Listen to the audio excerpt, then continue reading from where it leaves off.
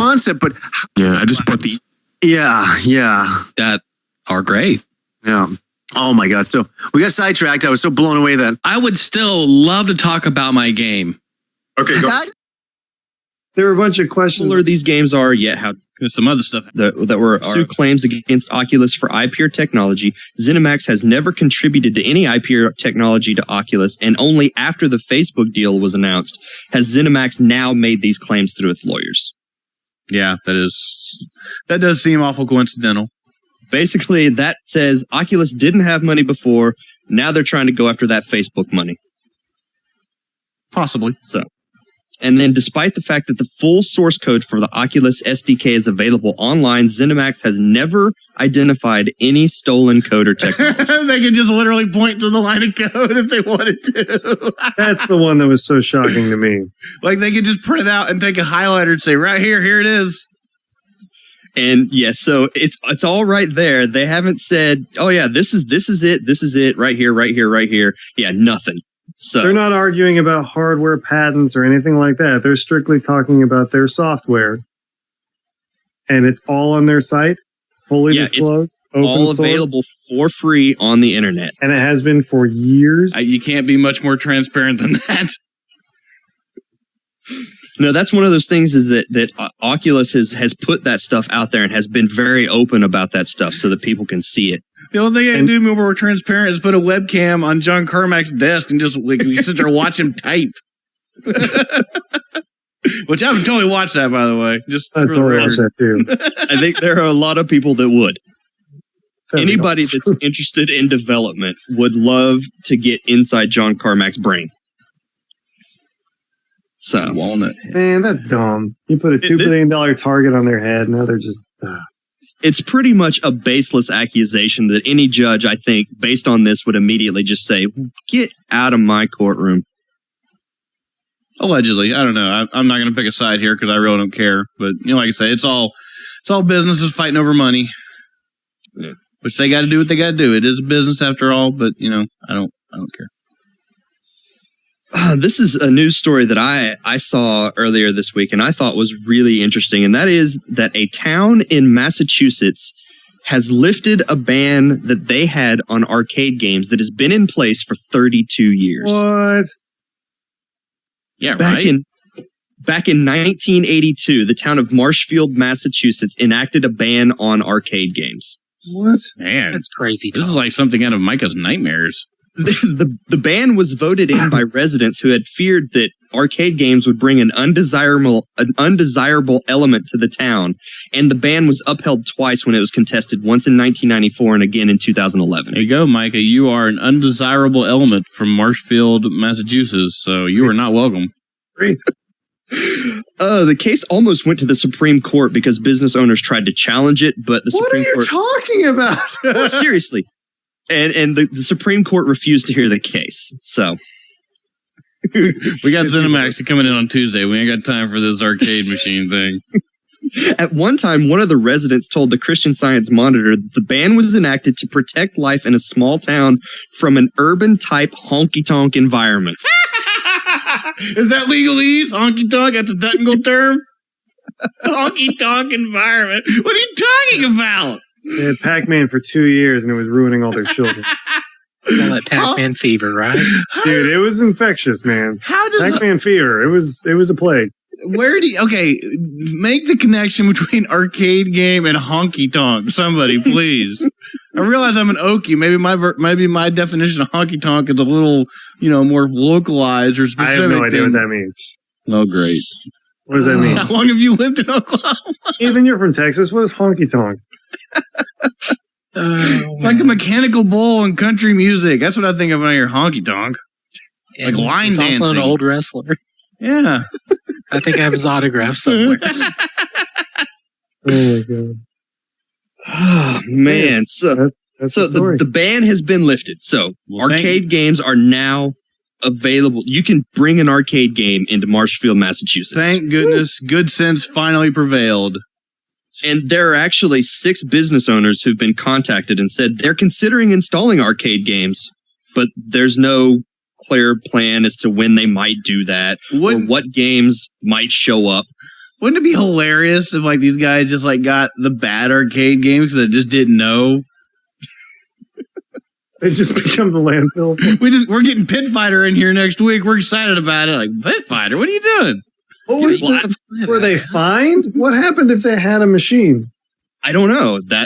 I didn't see any details about anything like that. I don't know that anybody really tried to challenge it. The They started making them in their bathtub or something? The anti-honky tonk police would come in and smash it with baseball bats because they're against violence. I was going to say, start bootlegging. There should be a TV show.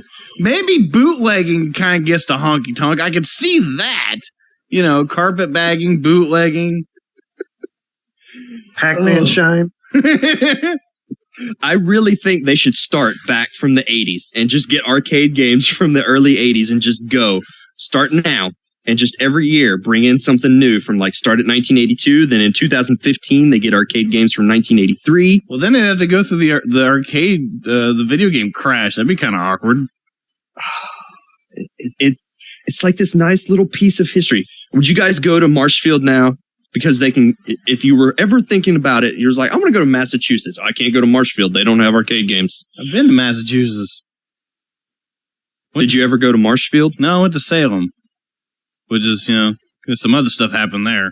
There was bands of a different type going on there at one point. Yeah, it was a little bit of a different thing. Sounds like it was more interesting over there. Yeah, you know what? Salem's got a pretty awesome comic shop. We'll put it that way. I'm sure they had a lot of awesome arcades you could play too. Yeah, maybe. I don't know. Something about burning witches. They didn't like Bullet Witch. Hey-oh! That game, I think, is still banned in Salem. Here all week, folks. It looks like it's only 40 minutes from Boston. It's about 30 miles away from Boston. So people just got in a car and drove to Boston to go to an arcade. They didn't have to set up some sort of secret moonlit arcade out in the forest somewhere. Play some weird ROM hack version of Pac-Man. Josiah, you thinking about making a trip to Massachusetts now since you can play arcade games there? No. Wait a second. There's a Tauntaun, Massachusetts? What? I heard it's really warm in there. Why is that? I don't get the joke. But it smells really bad. Nice. What? Why is that funny? Is that a Star Wars? You haven't seen Star Wars, I was Shelby. gonna say, I Just thought that admit was it. probably a You've Star never Wars seen thing. Star Wars in your life. What's a taunt? Oh, is that thing? It's the thing that Luke was riding, and they cut it open and put Luke inside it so he would stay warm on Hoth. I knew what that was. I just didn't. Admit you've never seen Star Wars, I've Shelby. seen the movies. Right here on the air. Admit it. I've You've never seen it. I just don't care. Oh, okay, guys. E3's coming up soon. E3's coming up soon. Are you excited? Right. I don't know. We know Nintendo's not going to have their big press conference. They're doing another Nintendo Direct. Yeah, that works out pretty well for them. But Mr. Miyamoto has also said that Nintendo plans to show off games that are only possible because of the gamepad at E3. Okay. It's late on that, man. You say this is kind of something that they should have probably put forward to begin A couple with. years ago. To make a case. Draw an angle. Draw a 35-degree angle. That was the best they could do that first E3. Well, it was cool. It made it in the game of Wario, but... So, well, here's a quote from Mr. Miyamoto. He says, "Today I only spoke about Mario Kart, and this comes from a recent investors meeting, and Super Smash Bros. For Wii U in terms of Wii U software. However, at the E3 event to be held in June in Los Angeles, we will discuss other software as well. Also, at that time, we will introduce multiple games that are designed to introduce players to the value of the Wii U gamepad by demonstrating playstyles only possible because of it. Mario Paint. It doesn't take a rocket scientist to fit these two together. These titles have been developed by internal teams under the guidance of Mr. Miyamoto. The software titles that we will show at E3 will make use of the gamepad will range from near-complete titles to titles that are early in development but will demonstrate the title's core appeals. We're preparing multiple software like this for the show." If they don't announce a new Mario Paint is in the works, I'm going to flip every table and just riot in the streets, right? You guys with me? It is the most logical thing It that is the Nintendo could release. Obvious thing they should be working on. It's totally obvious. Right? Anybody? And Anyone? it would be a game that is not possible on the PlayStation or the Xbox. Anyone for tennis? Come on, somebody. Micah, Ethan. Man. All right. It should be a thing. Tried to rally the troops. Didn't work. Fine. Okay. Maybe I would rally behind that, Shelby. Well, great. I got one man. One man's with me. I'll rally. Yeah, not like that, you know. Like, oh, I'll help you. Whatever. I guess I'm bored anyway. I want another Mario Paint just so we can get another round of remixes. Yeah, the music creator, right? Now they could do so many awesome things with that. Mike, you got to be down for that at least. Yeah. Yeah, there you go. All right, we won Mike over. What we got to do to win Ethan over? Ethan, you can draw anime characters with it. I can't draw. Dang it. I'm sure there'll be stamps. You can watch somebody else draw something from .hack. Josiah, what would it take for you to get behind a Mario Paint remake? I don't know. Custom Wiimote mod software. There you go. Yeah. You can post those pictures directly to the Miiverse now. Yeah, you got a built-in that'd be camera cool. with the gamepad. Totally. You can take pictures. Yeah. Wait, that's a bad idea, actually. That might not work out very well. I gotta think. This is the internet using this at some point. Heavily moderated. Mario Paint coming to you 2015. Look for There it. you go.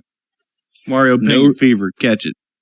All remixes of any Metallica music banned from the Miiverse. And in a huge surprise, I know everybody is going to be taken completely off guard by this. Nintendo announced that there's new Pokemon games coming out this year. What letters are they slapping onto this one?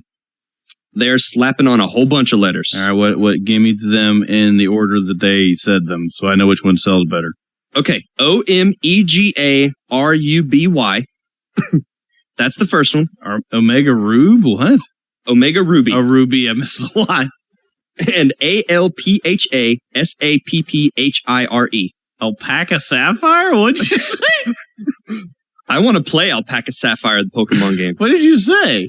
Alpha Sapphire. Okay, well, apparently it's hard to kind of hear a word when somebody spells it. I've just realized. They've announced Omega Ruby and Alpha Sapphire, which are Llama remakes Red of and GBA Alpaca games. Sapphire coming at you. Those had totally nothing to do with my purchase recently. Nothing. Everything. Oh,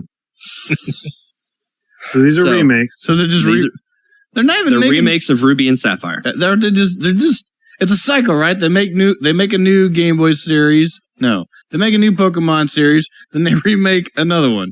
That has been the pattern in the last few So years. like we're 3 years away from a remake of Diamond and Pearl, right? Yep.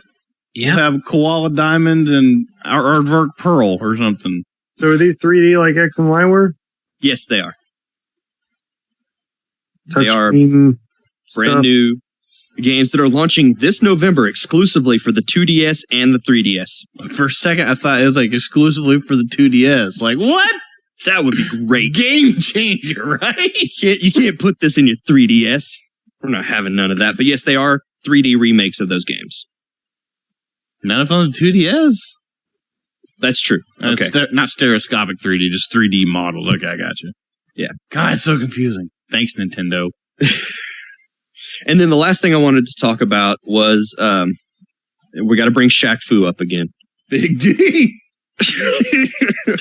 Every week we got to talk about Bullet Witch and Shaq Fu. So I've decided if I ever go to a basketball game, or I don't even know if Shaquille O'Neal's even playing anymore, I'm just No, going to... he is retired. Is he? Okay, well, if I Yes, ever he meet is. him, I'm going to call him Big D. I think you'd appreciate that. Well, you know, his nickname is Diesel, so it would work. Really? Yep. His nickname Diesel? Yep. Shaquille Diesel O'Neal? Yep. Huh. So, but this is just an interesting comparison of some of the crowdfunding backers of both Shaq Fu and Colt County to tell you just how similar these games are, yet how different they were in their crowdfunding efforts. Because Shaq Fu made their goal. They did reach $450,000. Colt County only made $40-something thousand in its Kickstarter campaign. Shaq Fu and Colt County both had the same number of backers. Wow, really? Really. I don't have that exact I don't know what the but number yes, was, but they were the same. They did have the same number of backers. The difference was that the average Colt County backer level was only $30. Only 30? How big Only was the, $30. How much was the Shaq Fu one? Well over that, like $150. Wow, are you kidding me? Colt County's backer distribution looks much more normal. None of the high-end tiers of those backer levels were taken, but many of the high-end tiers of the Shaq Fu campaign were taken. So you're telling me more people want to meet Shaq than want to meet Jules? Pretty much. They got their priorities backwards, I'll tell you that much. The only one of the high tier backer things for Shaq Fu that didn't get all of their spots taken was the $4,000 one, which I need to look up and see what that was. That you pay the possums will kill Shaq for you? I think that is the possum army does come and take care of Shaq for you. Shaq versus the possum army in a game of b-ball. Shaq wins. All the possums just like kind of like in those cartoons where all like the fleas to like just make a hand and like grab a basketball. That would work. I'd watch that. Yeah, but then somebody in the possum army backers thing probably wanted Shaq dead. So after the game, that's it. Sorry. Where are the $4,000 perks? I'm trying to find them. My internet is not loading fast enough. Are we supposed to stall? We gonna stop the podcast? Stall a little for bit. Shaq Fu? So about that bullet witch. So about I'm going to assume it's Taunton, Massachusetts. Maybe somebody could let us know. Nah, we've already said Tauntaun, so it's canon. I want it to Is be it Tauntaun, official Nintendo Oki canon now? Yep. We can just It's name not spelled towns exactly the same, but it certainly looks like Taunton. The $4,000 level was playing basketball at Shaq's house. Really? Nobody wanted to play basketball at Shaq's house? Nobody wanted to play basketball Nobody at Shaq's thought house for $4,000. I bet if you give Jules $50, he'd probably play a game of basketball with you. Yeah, but you'd have to travel down to Austin yourself. Well, yeah, of course, room and board and travel not provided. But Jules, he's down for just about anything. That guy's pretty cool. Road trip. That's true. I bet Jules could sink a three. Could kill from the outside. Oh, yeah. And then the last little statistic was that 1,000 people backed Colt County at $15. Only 158 backed Shaq Fu at $15. People that backed Shaq Fu put a lot of money into that game. I'm pretty sure it's all Shaq's friends. I think if you look at the backer list, it's probably everybody in the NBA. It's probably all millionaires. They're all his friends. This sounds rigged. Or he just made a bunch of anonymous accounts and just started backing it himself when he was in the danger zone. Why? Because this would get way more press than if he just wrote a check to Big D's All right. and said, hey, make this game. All right, answer my question before I could even ask it. All right, fair enough. None of us, I think, backed Shaq Fu, did we? Is this all just a giant publicity stunt? I think it is. Okay. The game's Working coming about to it, Wii man. U. It's working. No, I'm with you. We've talked about it at least 5 weeks, right? When it could have just been announced, we would have mentioned it for 30 seconds. Then when it came out, nobody would have talked about it. But now we've talked about it for 5 weeks. So they've won. I fell for it. They duped me. They duped all of us. Big D. That's what the D stands for. I get it now. Big dupe. Big dupe. It's like a veil has been taken off of my eyes. I can see now clearly. And the game is coming to Wii U, so probably at some point in the future, I will have that in my What Are You Buying segment of the show. Shaq Fu U. That game will be awesome. I wonder what the gamepad features will be.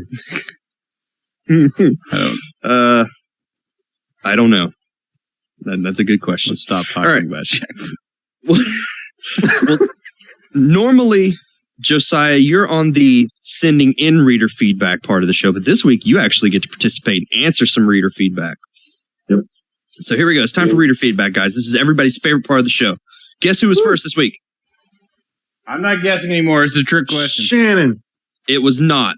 It was not Kokirian either. That's why I didn't guess. Chris, via email, sent in 2 emails. We're gonna Isn't talk this about first because you forgot to put it in the show notes last week? Yes. Okay, well, you should probably be more transparent about that. I wasn't going to be that transparent.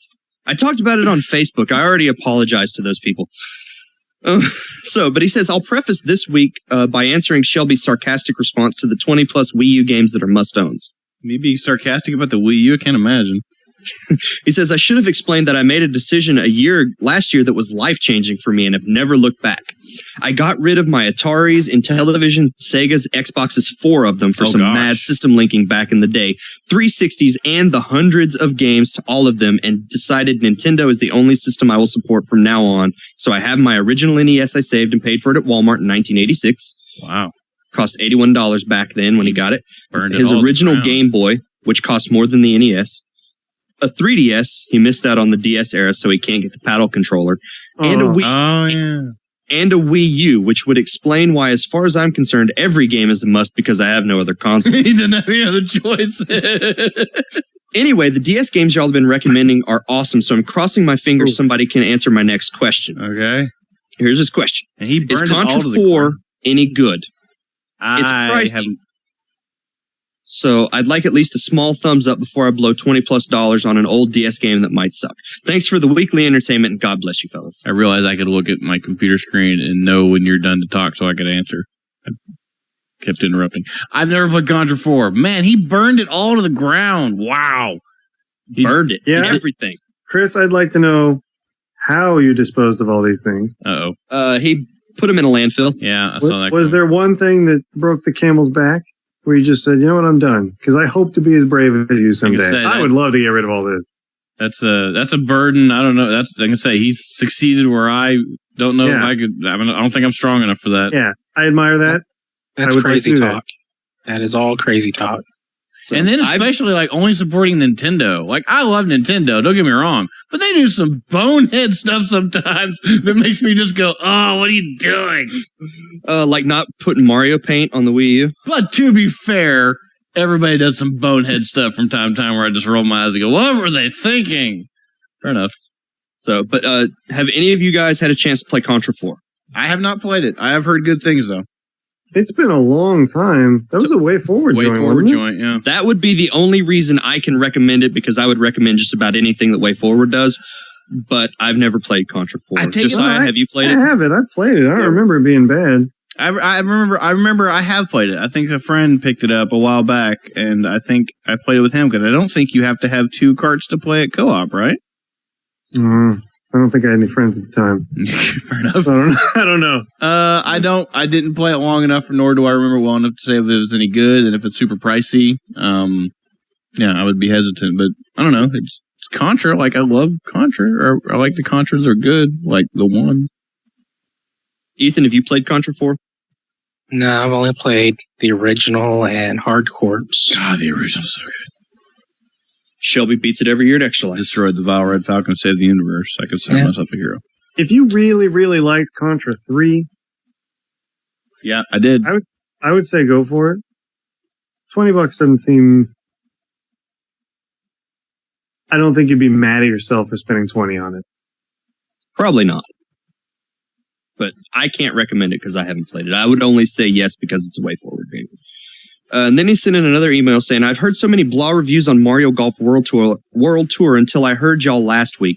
None of the folks I heard talk about it even mention the online challenges, trophies, and tons of unlockables, which I think most people would be interested in. They just say it's a plain old Mario Golf and it's okay. I personally can just play round after round all by myself and have a blast, but I guess I would suggest to folks that they turn off all the helpers that it defaults with and play it like the original game, Golf on Game Boy, and it's phenomenal. Let's get this Oki group that Shannon mentioned going. And I mentioned at the beginning of the show, first online tournament for Nintendo Oki, so check that out. Wish has been granted. That's right. I'd give you the code again, but I don't have the window pulled up. Did you give it at the first point? I gave it at the beginning of the show, yes. All right, well, And it is on the Facebook group, and it is on Twitter as well, so it's out there. I could be real cool and like cut it back in here, but I'm totally not going to do that. Yeah. Matthew via email wants to know, and I want everybody's answer on this one. What's the first thing you would burn onto a piece of toast if you were to make a custom toaster? Psh, that's easy. Face a Hello Kitty, because my toaster already does that. Next question.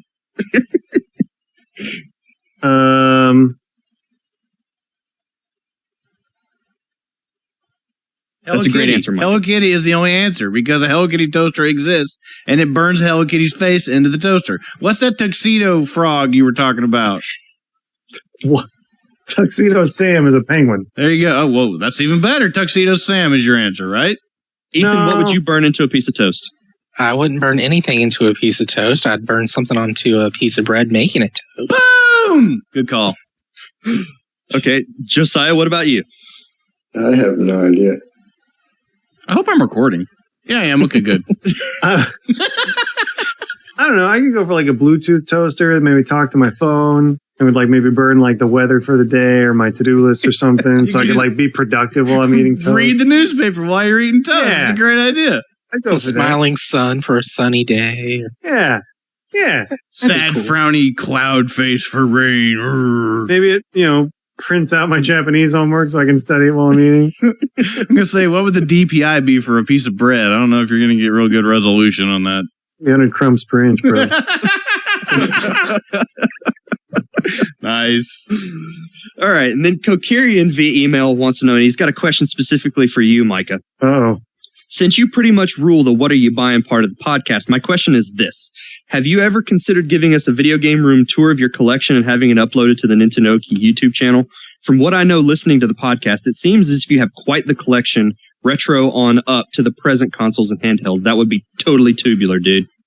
That would be pretty tubular, but I don't think we should underestimate my laziness, right? Unpacking a lot of that stuff would be a lot of work.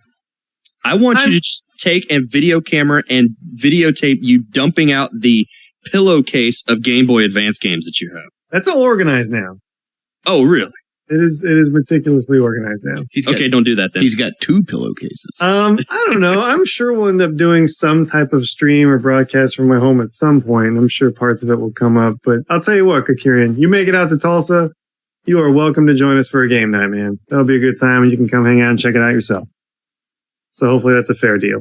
It is pretty impressive in person, I have to say. Thanks. All right, now it's time to get to the Facebook questions. And Sawyer via Facebook wants to know, I was trying to think of a question while playing my N64, and it came to me. If you were Kirby, what is one power that you would wish you had? Mine would be the exploding shuriken that comes from the cutter bomb combo from Crystal Shards. Wow, Crystal Shards. They do all kinds of weird combo power things in Crystal Shards. One Kirby power. Well, that's a tough question because Kirby's got a lot of awesome powers. But I think the one that would be most applicable for me in my daily life would be Wheel. Just be able to jump and start spinning and become a tire and just drive around. And Shelby the Hedgehog. Be wearing a cool, awesome backwards baseball Shelby the cap. Hedgehog.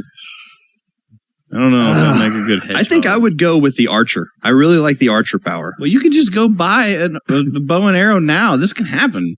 I could do that. I could have my own Kirby power. I can't spin fast enough to become a wheel. It would probably hurt my intestines or something. Michael, what about you? I would want... I'm going to say PK Thunder, because I think that we should be able to include his powers from Smash. Or maybe a Falcon Punch. That's kind of cheating, but I like It's it. not That is cheating. cheating. It's not cheating. Totally cheating, but I It's like not it. cheating. It's cheating. It's acceptable cheating. Yeah, I can say I'm down with it. It's good. Wheel's pretty good, too, because I would use that. I mean, That's certainly applicable. But yeah, you could all of a sudden just do a Falcon Punch. Yeah. You can no, be PK Thunder. You can But be you have to crime say Falcon Punch as cute as Kirby does. Yeah, Okay. that's hard to do.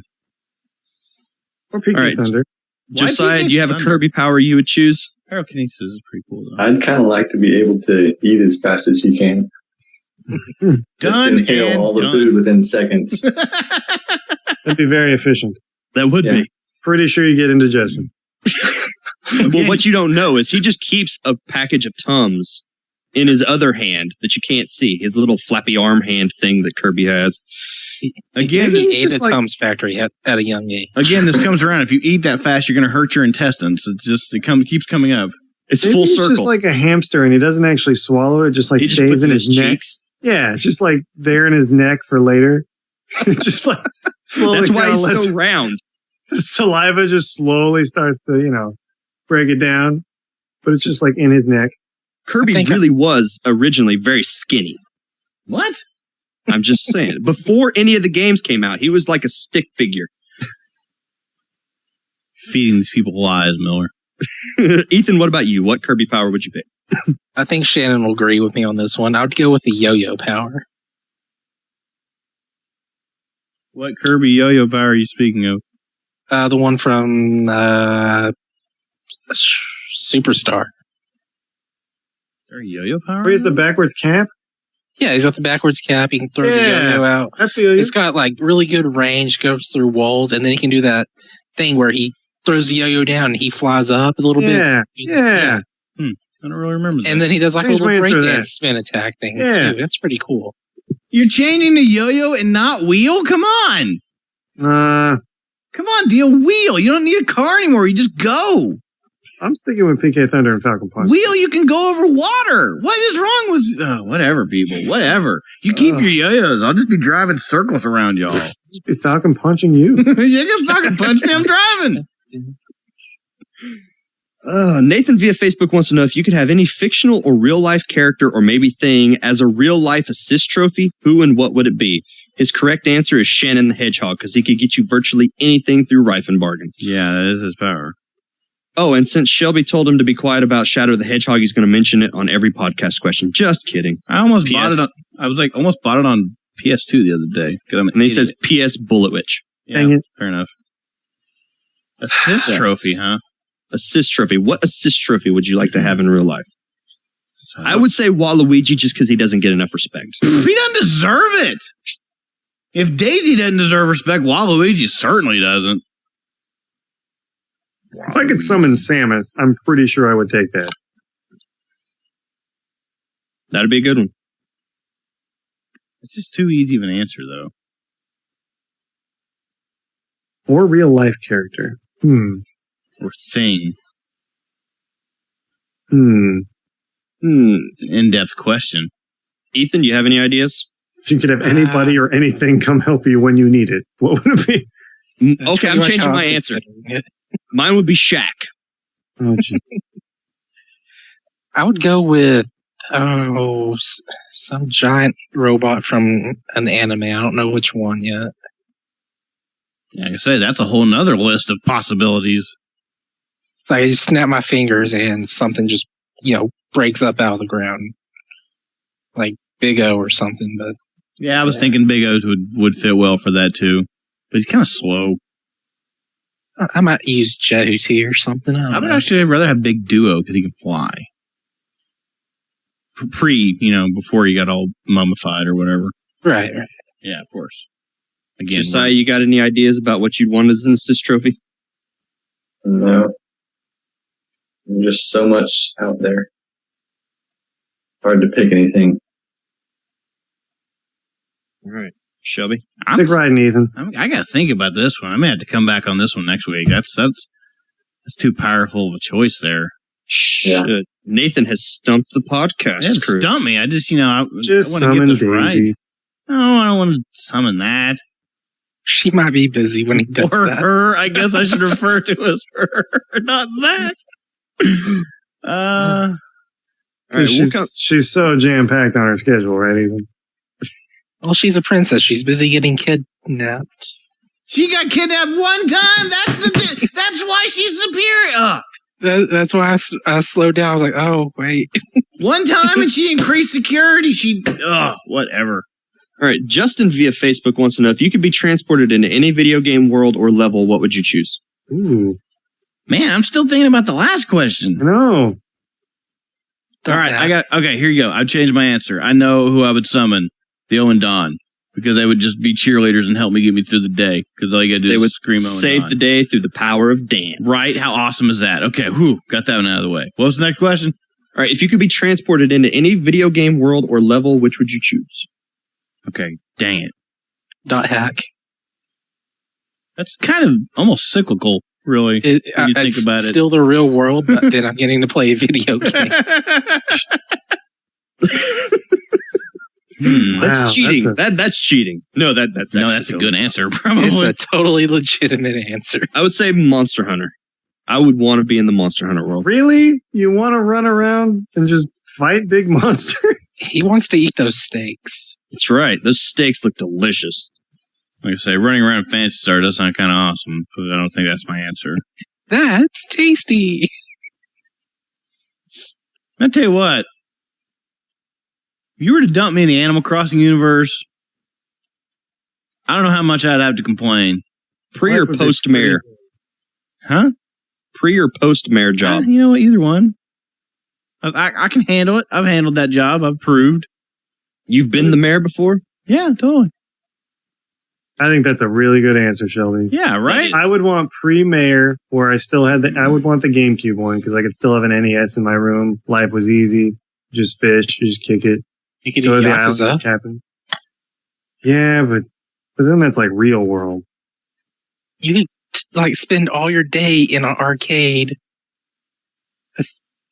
God, I could just spend my entire day fishing and getting seashells. God, what paradise, right? Yeah, don't get me wrong, Ethan. That's the first thing that came to mind, but I'd still be a mobster. It wouldn't be that different from Animal Crossing. That's true. We can't let Shannon go to the Animal Crossing world because he would be in Animal Crossing jail for life. Dude, whatever. No, just think about it. We all just lived in our own Animal Crossing village, and all our favorites were there, like Bill and Bree, and I don't know. Except all whoever of you guys Shannon's like. villagers would be dead. Well, he would have Misty or whatever, the cat, and be just giant cats walk around you can go talk to. What's up, cat? God, that'd be awesome. Just Wouldn't shake mind a tree. I wouldn't mind living in Tokyo, Jet Set Radio. That'd be a pretty cool world to live in. I don't know, dude. There's They have tanks in that town, what a man. strict criminal, watching Graffiti going everywhere. there. Yeah, but I'd be really good at that. I mean, the cops are just like, they're hup, hup, hup, hup. They're coming after you. They got the Yeah, those gloves. fools wouldn't catch me. Some sick music, though. Yeah. You can skate, Josiah, though. You can any totally do thoughts? that. Yeah. I think living in Skyloft would be pretty cool. Up on the islands in the sky. Yeah, that was pretty chill. That's a good one, too. Yeah. Man, I like. It's great until you fall off. Yeah. I kind of wouldn't Well, mind. no, because Link just jumps off the bird and just lands on the ground. So you wouldn't die.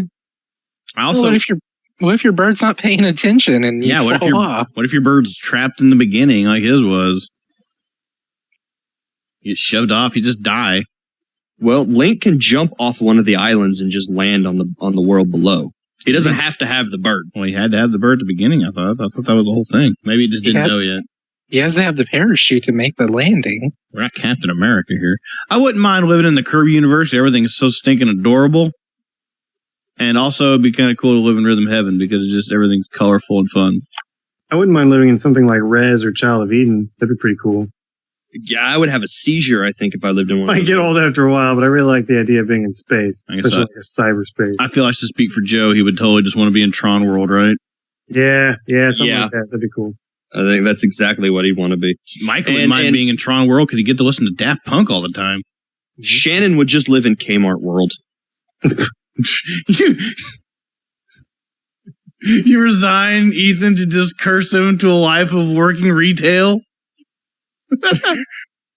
No, Shannon's going to go and just steal everything from Kmart because that's what he does already. So, What's a game you shop in? That's what Shannon would like because he would just always get deals. What's a game you shop in? is there a shop till you drop game? There has to be, right? Dead Rising, the first one. Close enough, it's in a mall. Next. You There you shop go. for khaki pants in Mega Man Legend? True. And you do go to a shop in Animal Crossing. And it's in the future, so you know it's cool. A lot of shopping in Yakuza. There's A lot of shopping in Yakuza. All right. And then our last question comes from Nick via Facebook. He says, what do you guys do for a living outside the podcast? Whaling. That keeps coming up. I wonder Podcast why. is a full-time job, man. I don't really do anything. I'm lazy. Learn I work Japanese. I was going to for say, a hospital. I'm a full-time student now. This has been all-consuming.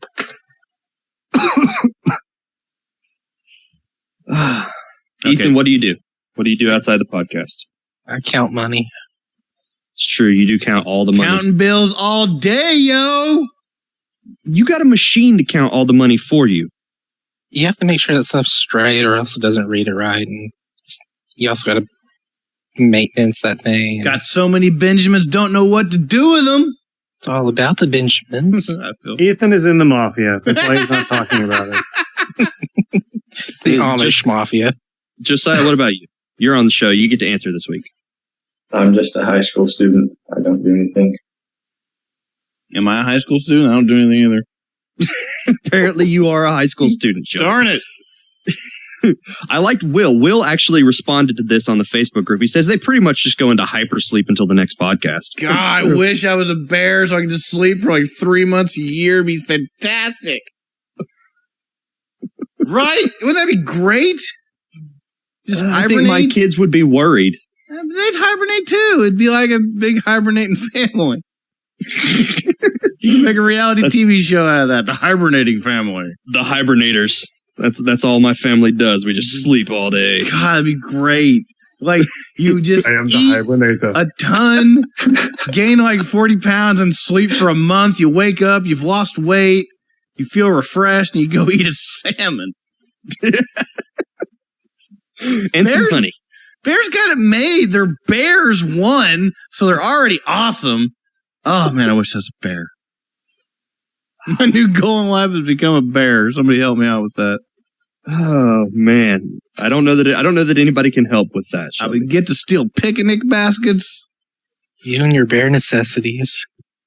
You get to float on balloons. That's the thing. I never liked Jungle Book that much. Pretend you're a little black rain cloud. That's a bear's life. Huh? He's got to end or have like a bear pun in every sentence. I don't know what you two are talking about. I'm talking about Winnie the Pooh, man. Yeah, dude. If Tigger was my best friend, come on. I would ignore all you people if Tigger could be my best friend. I'd dump all you guys in a heartbeat. Thanks. Dude, Tigger, come on. At least we know where we stand. I'd take Teddy over too. Whatever. See, you get priorities. Well, that is going to be the show this week, guys. So if anybody has any comments, questions, feedback about anything you heard on the show this week, you can send that to podcast@nintendo-oki.com. You can follow us on Twitter at twitter.com/Nintendo_Oki. Head on over to YouTube. Check out all the stuff we got going on over there. Or check out the Facebook group. You get to see all of Josiah's cool Photoshop Wii remotes that you just wish you could buy, and you would be poor, poor people because of it. So, thank you, Josiah, for being on the show this week. No problem. Ethan, thank you for filling in for Shannon for the fourth week in a row. We'll see how it goes next week. Somebody will have to miss next week, and you'll be back on the show. Last week he was filling in for Micah. He was filling in for Micah last week, and Shannon the week before that, and he just fills in wherever he has to. He just tries to. I think what he does is he goes to people's houses before the show and just beats them up so they can't be on the show. Oh, okay. I thought you were going to go a different direction. I thought you were going to say Ethan was a fluid and he just fills in whatever container you put him in. Micah only fell downstairs last week. Right, Micah? Wink. Speedy recovery. Wink. Thank you, Micah, for being on the show. I am not Shannon. You are not Shannon. No, you have a beard. Shannon does not. He fell down the stairs this week. That's how you tell you two apart. And Shelby, as always, thank you for hosting this craziness.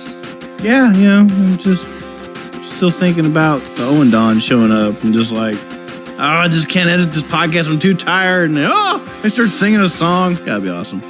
That would be great. Thank you. And you. having said that, Happy birthday, Shelby. Happy birthday, Shelby. Thank you. Happy birthday. Thank you. Happy birthday, Shelby. Happy birthday, Shelby. We'll see everybody again. Happy birthday, Shelby. In 7 days.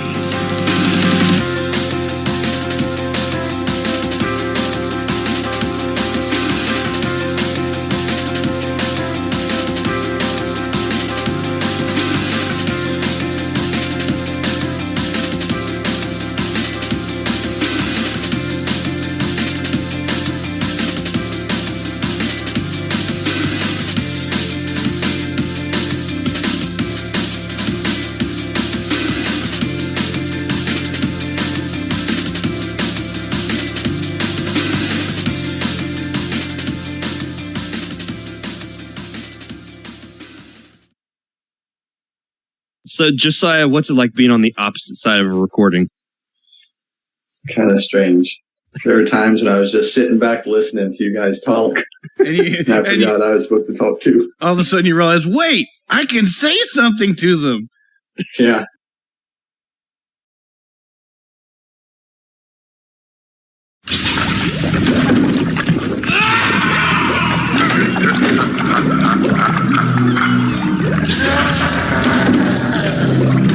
Welcome to all Gen Gamers. This is episode 13. I am one of your co-hosts, Gamester 81. We have Jason Heine here. Johnny Millennium, Happy Console Gamer. What's up, Johnny? Hey, I don't have a scary voice like you guys. I'll try to fake it though. Here, boo. There we go. There's my scary voice. Victor, welcome. Hello. Jesus Christ! Oh my god! Now I'm truly terrified. No, so in all seriousness, though, we decided since Halloween is about the time of this broadcast is gonna be out, we'll talk about some of our favorite horror games, and want to start with kind of some of the scariest ones, I believe, right, guys? Yeah, just Something talk kind of- about scary games. Some like even games that are kind of creepy or whatever had an effect on us in some capacity for sure. It's kind of funny that this is like on number 13 to episode 13. You know, I'm terrified. I don't know about anybody else It's out like there. Friday the 13th. Watch you out know, now. right? What are some of your games that kind of come to your mind, Johnny, as far as some of the scariest ones out there? Wow, You lost sleep over. I never lost sleep over a game. I played some kind of creepy games in my time. I think we all have. Like, I'm just trying to think when my first time I was ever scared in a video game. Let's see. Probably, I think it was Resident Evil 2. I never played Resident Evil 1. I watched some friends play it, but I was like, man, that game looks hard. And when I saw Resident Evil 2, I thought, this is more my style. You know, it had more of an adventure elements, more arcadey, I should say. And I just remember running around and just like, like a zombie would jump out of you, or the obvious one, the dogs jumping out, through the glass or whatever. God, yeah. Yeah, I remember that happening in that game, and I was just like, holy Jesus.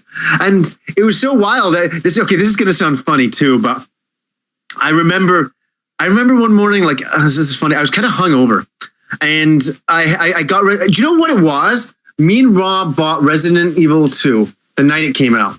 And, Rob came over and then he took off, and I had a couple more beers, and I was just kind of like loving the environment. I didn't get too far into the game, and I saved it for the next morning. And I woke up and I was a little bit hungover. I'm like, oh, I don't feel so good, like, ugh.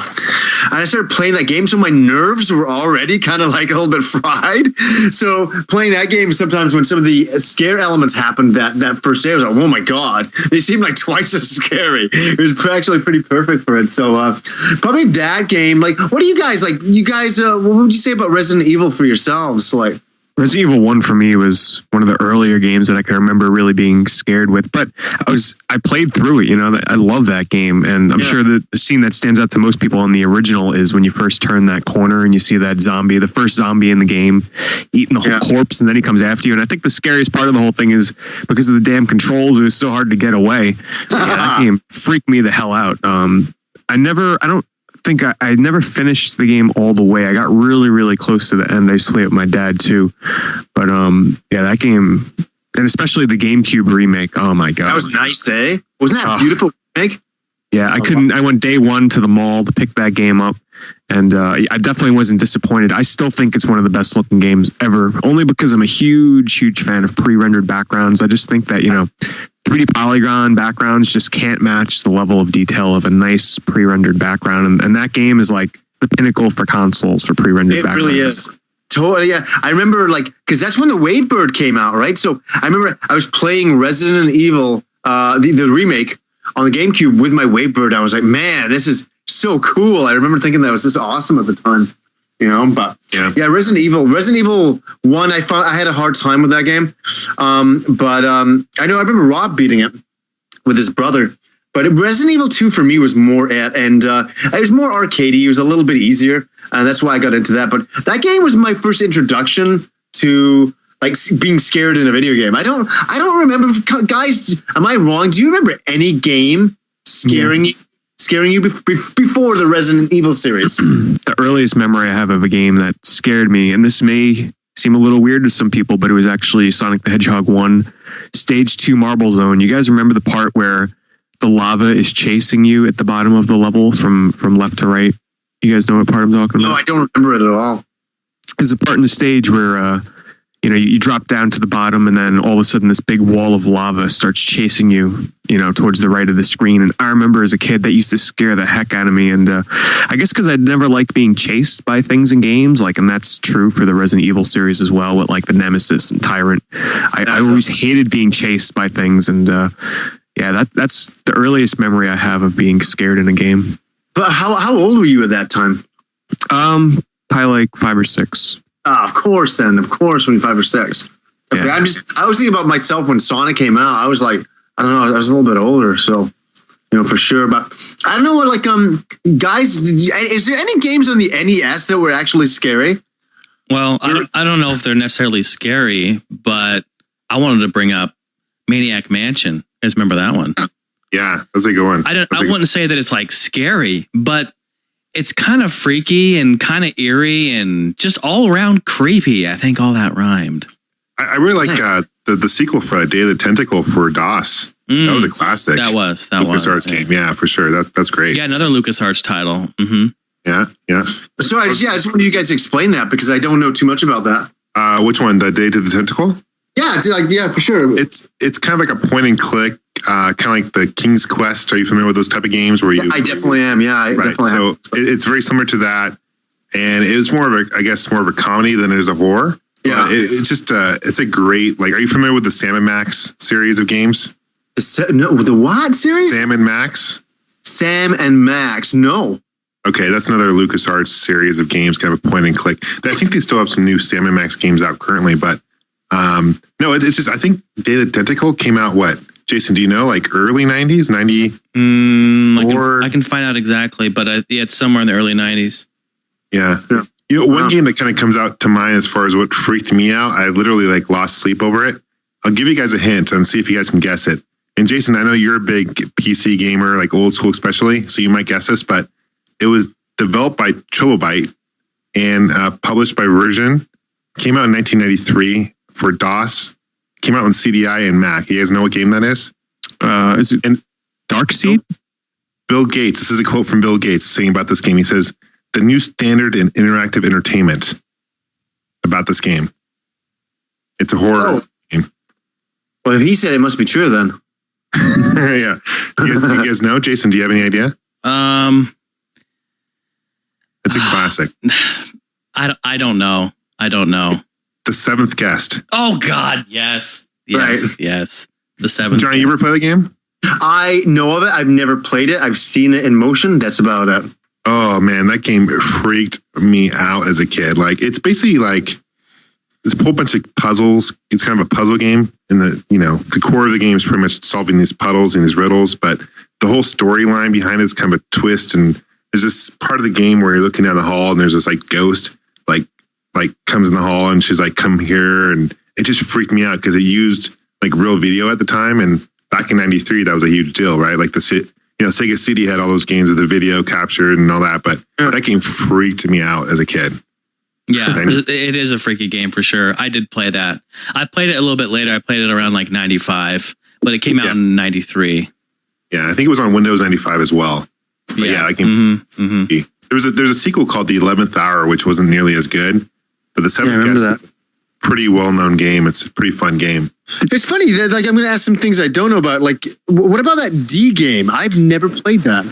I've never played it. For the Saturn? It's been ported to everything. It's cross-platform.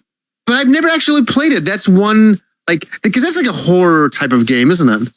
Yeah, I played it a long, long time ago on the PlayStation. It's like a first-person adventure style game, and it's from what I remember, it was pretty creepy. It had a lot of FMVs in it and stuff like that, and it has D stands for spoilers potentially. I believe that D stands for Dracula. So you're in this house or mansion or something, and Dracula's that's one of those games that came out and people said, "Oh, wow, you got to try this game," and I never have, and that's one I kind of just was thinking about right now. I'm like, what about that D game? Because that's one I actually never kind of experienced. It's too bad, yeah.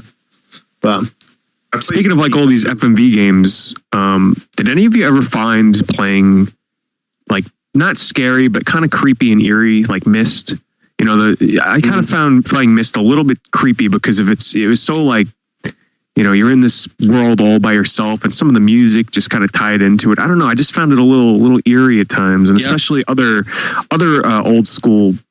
When I was a kid, it was funny because I used to sit down and try and play these games on the PC, and I played them mainly for the graphics and just wandering around. I barely was able to solve any of those puzzles because what can I say? I love pre-rendered games.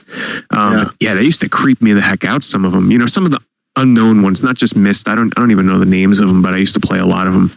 But yeah, another gem that came out in '93. Yeah, Myst is a fantastic game, and that was. I wouldn't say it's one of the first, but one of the games that really drew me in. Of course, I love the first person thing, and that was a first person adventure type, journey type of a game. But yeah, first time I played that, believe it or not, I didn't play this on a PC first. I played that on my my Mac. I had it on Apple. Oh, wow. Performa 450 at the time, and that was mind blowing. It's pretty sweet. At that time, right? At that time, that was probably the premier way to play that game, was it not? Mm-hmm. It definitely was. Thought so. Of course, but Myst has been ported to just about anything you can imagine. And then they did a version not too long ago called Real Myst. You guys heard of that? No. Where in Myst how it's point and click. So you'd click and then the screen would then just change, right? Or it would kind of like blur to the next. Sure, like crosses all or something. Yeah, exactly. It would like crosses all.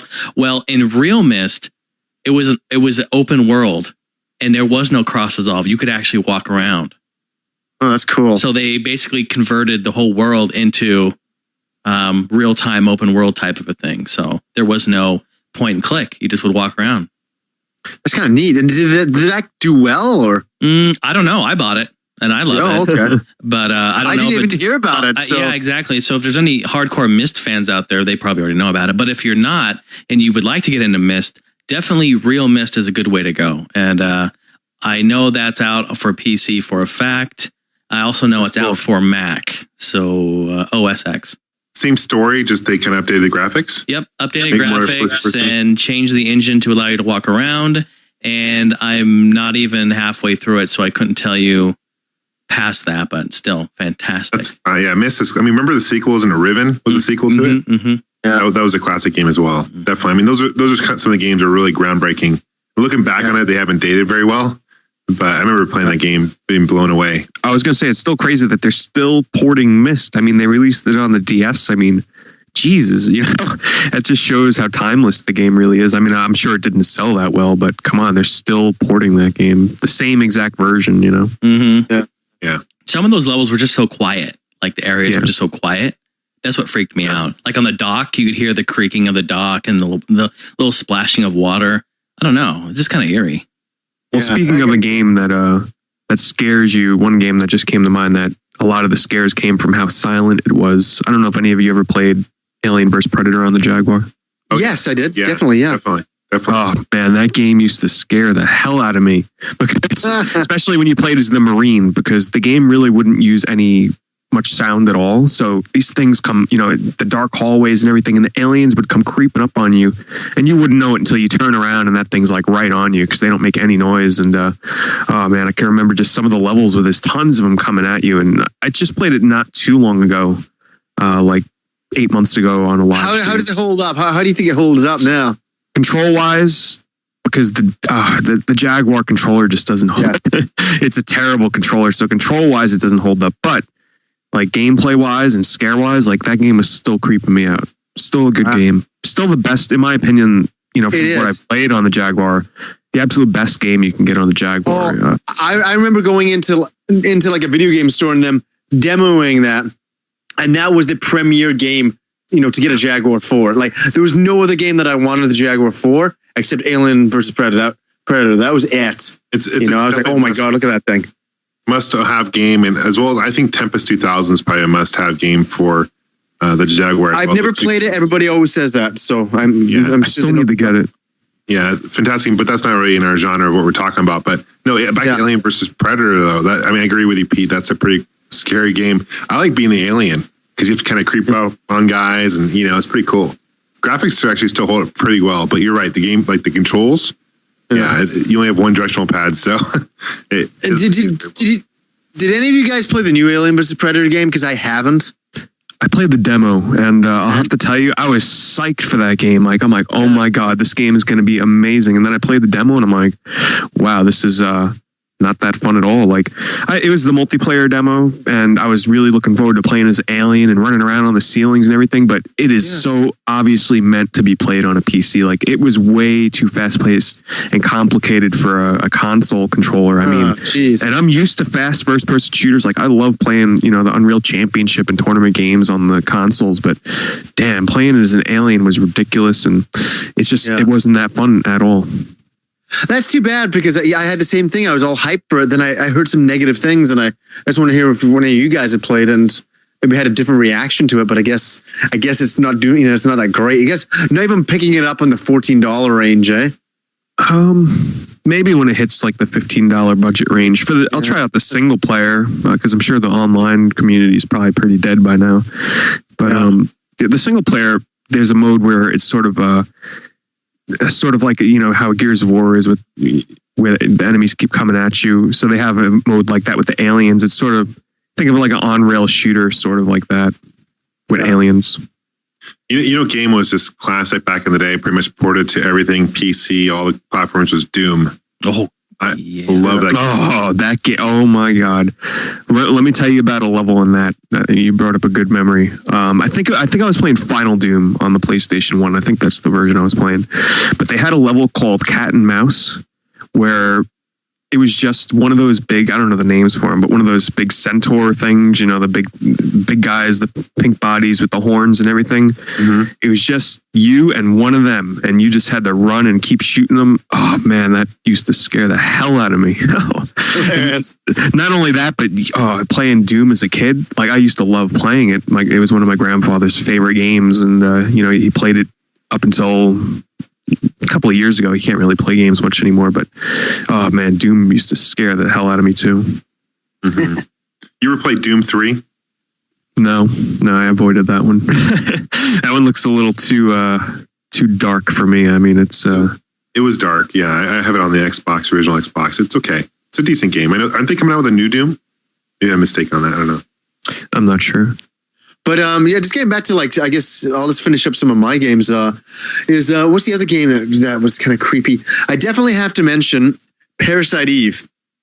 And not a lot of people mention Parasite Eve. It's one of those games that is starting to become a forgotten game. I really think so, because people don't talk about it. People are never saying, you know, where's Parasite Eve 3? You know, and we are getting a Parasite Eve 3. I understand that on PSP, but we're getting it on PSP, which really sucks. I wish we were getting it on the console.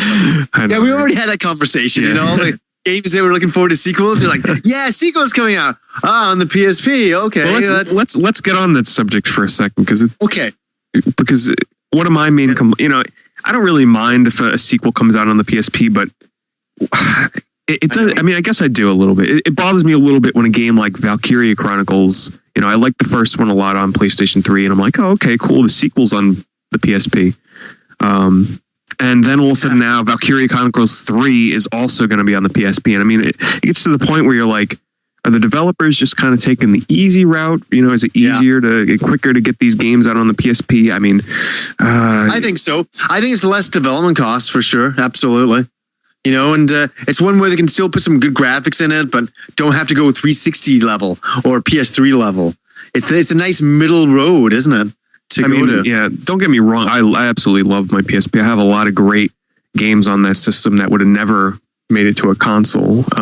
But it kind of doesn't. Yeah, it kind of hurts me a little bit when, you know, totally, a big sequel comes out on a PSP or a DS. You know, it's like, I love those systems, but I'd rather see them on a console. Like, a good example is Okami Den. You know, I look at that and I'm like, damn, wouldn't it have been awesome to see a new Okami game on like a PlayStation 3, you know, level graphics? And then, you know, it looks great on the DS, but you know, it's kind of like, but you know as well, financially, it just wouldn't suit them. You know what? If they created the Okami game and put it on the PS3, it wouldn't sell. It would sell okay, but not enough to cover the development cost of a PS3 game. Not these days. Right. And even Parasite. Okay, so back to Parasite Eve 3 is that I was like, yes, Parasite Eve. You know, 3 is like on the PSP. It's like, yeah, exactly what we're talking about. It's like, damn. I really wish they put it on a console, but it's one of those games, as I'm saying, is becoming a forgotten gem. And that first game, was known as the cinematic RPG, and it really, really was. And it was very Resident Evil. That's basically what the game's, play style is like. At the time, it looked really good. It was a very short game. You could finish Parasite Eve in probably about 9 hours. Actually, less than that. But I liked the first game, but it was the second game that I fell in love with. And I remember I picked it up on a Friday evening, and I'd finished it by Sunday. And that's all I did for my entire weekend. Wow. When Parasite Eve 2 came out, I remember that. It was such a big deal. And it was creepy. Parasite Eve 2 was number 1 was creepy, but number 2 was kind of wild. And there was something, still to this day that I'm so impressed with Parasite Eve 2 about, that it's not all indoors. It's not in dark environments. There's this, huge thing where you're basically out in the Old West and you're outside, and there's this creepy music that plays. It's almost like Western music. And then you're getting attacked by these surreal monsters, like this, bioorganic monsters or whatever. And I couldn't believe how awesome the music was and how it was still creepy when it was, in the middle of the day in the game and you're running around outside. But the atmosphere that they were able to create with that game, I was blown away with it. And damn, I really wish we could get a sequel on a console, but maybe they're going to see how the sequel does on the PSP, and everybody out there, please buy it. And so maybe we'll end up getting Parasite Eve 4. What are they calling it? Aren't they calling it the third birthday or something? Third birthday, yeah, definitely something like that. So I've looked at the gameplay footage. I'm like, okay, it's Parasite Eve. I hope they still capture the same awesome vibe they had in the first two. The first one was a little bit more finding its feet. The controls were a little bit at times, but I put up with it. Number 2, they really got it right. But number 3, if they define it, it might be a little bit better. Is this a true sequel? Like, seriously, why would they not name it Parasite Eve 3? Why would they name it the third birthday? I really doubt that's going to help its sales, Yeah, wasn't it, like, from what I remember, wasn't it supposed to be, I think Parasite Eve 3 was supposed to be a cell phone game. And everybody was like pissed off about it. And then all of a sudden there's isn't that funny? Or that's another thing that happens, Speed, right? Either it goes to PSP or it goes to a cell phone. Final Fantasy games. Oh my God. I remember that one happening. Yeah, everybody was pissed about that and all that. But what were we talking about? What were we talking about? I can't remember. No, Parasite Eve 3. Yeah, something about. Yeah, sorry. I guess you're right about that. It doesn't have 3 in the title, does it? It's his third birthday. Maybe they're referring third, meaning that's the third game, birthday. Well, I'm sure if someone out there listening knows, leave us a message on the forums, clear it up. Yeah, we'll clear it up for us. Yeah. You've kind of piqued my interest. I've never played Parasite Eve before. It's a Squaresoft game. Square game, yeah. Square Enix now, but yeah, basically it's a as far as I know, it's based on a novel series in Japan. And I guess the book did really, really well, and they decided to adapt it for a video game. And I've never read the original book, obviously. I think there's some translations out there online. I've never read them. But they kind of adapted it from the book. And there's also, if anybody's interested, and I've seen it, and because I'm a fan of Parasite Eve, such a big fan, there's actually a live action movie out there. So if anybody, not American, obviously. I'm trying to think if it was made in Japan or if it was Hong Kong. I think it was a Japanese movie, if I remember right. It's been a while. But I remember liking it. I think I still have a copy of it somewhere laying around. But that was kind of cool. I remember thinking that. But yeah, it's based in the novel. And it's a big popular series in Japan. I don't know. I loved it. Definitely, you should be able to buy it cheap. Parasite Eve games they're not worth a lot of money. You shouldn't, they're not rare by any means. You should be able to go on eBay and easily be able to scoop them up for reasonable prices. So cool. Anybody interested in a game that's kind of like Resident Evil, but has its own unique storyline and setting and environment, definitely check out Parasite Eve for sure. It's a very good game. Me and Rob love that game. We're always talking about it. Future episode, perhaps. You know what? We were going to do it. We actually recorded a Parasite Eve episode and we never released it. We didn't. This is early on in the show's when the show first began, and we recorded it and we weren't happy with it. I was like, you know what? I don't really like our vibe. Our vibe was kind of not really there. So maybe in the future, but I think I've seen some other guys who've done some great reviews in Parasite Eve. So go check out YouTube for some reviews out there. There's, I think me and Rob will probably let that one go. We kind of, I just said, okay, screw that. We've actually done a lot of episodes for the show that we've never released. And so don't anybody bug me about them. I actually I was just gonna say I didn't edit them together. I just watched the raw footage, and it was just not so good. That type of thing. Actually, you want to hear something funny? This is actually kind of humorous. Is that I think it was the 5,000 subscriber video. I didn't know it was a 2,000 subscriber video. I had Rob on, and we couldn't get the vibe right. We kept fucking it up. So we're like, hey, why don't we have a beer? And so we went in the other room. We had a beer. And like, I feel better. Let's go have another beer. We came back in and we recorded the entire 2,000 subscriber special. And the next day I went to edit it, and I'm like, dude, I said, we're such idiots. we're just, you could tell we'd been drinking, and it was not good stuff. I was like, oh my God. So yeah, that was a scary thing right there. Don't ever record you still that. have the footage? I do. I have it on a DV tape, mini DV tape. Yeah. I will never, because the thing is, you think we're enthusiastic regularly? You should have seen us after drinking. It was funny. Nothing better than a drunk shout out. I'll tell you something about this show. No, we only had a couple of beers, but it did change our vibe. It was funny. It's humorous, but yes. You should put that on your website just as an exclusive. No. Never will be seen to the light of day. That'll just be too creepy type of thing. So I don't know. I think for me, those are the games I want to mention. So I guess Resident Evil 2 was a big game, and Parasite Eve was a big thing. And obviously, I've said in the show, because I did a review on it, and I rarely do reviews of new games, but Dead Space made such a huge impact on me, and I've been trying to get Pete to play this game. Mm-hmm. I know he's curious. He's trying to get one that's not the greatest hits or something. Yeah, once I find a version that's not a platinum or great, whatever the hell they call them on PlayStation, platinum hits, I'll pick it up. If it's cheap at GameStop, or under the $20 range, when they buy 2 get 1 frees, I'll pick it up. Well, you're not thinking about getting the second game before the first, are you? I don't want to do that, honestly. No, I mean, I'll be honest though. I'm buying the second game for the multiplayer. I cannot wait to do the 4 versus 4, monsters versus humans thing, sort of like Left 4 Dead. Oh, is that how it works? Is that monsters versus? Can't wait. Yeah, I love the multiplayer in Left 4 Dead, so I can't wait to try that out in Dead Space. But I really, really want to play through the single player Dead Space. I know it's going to scare the hell out of me. But the universe and the world just seems so well crafted, So, I'll be honest. Do you know what was so cool about Dead Space? It was one of those things that I woke up on a Saturday morning, and I for some reason I was just surfing around on the internet, and I saw Magus X1's review of it. He's like, oh my God, this game is so great, and that's all I needed to hear. I'm like, what game is so great? I'm like, Dead Space. I'm like, I guess I heard something about it. I didn't even know what it was.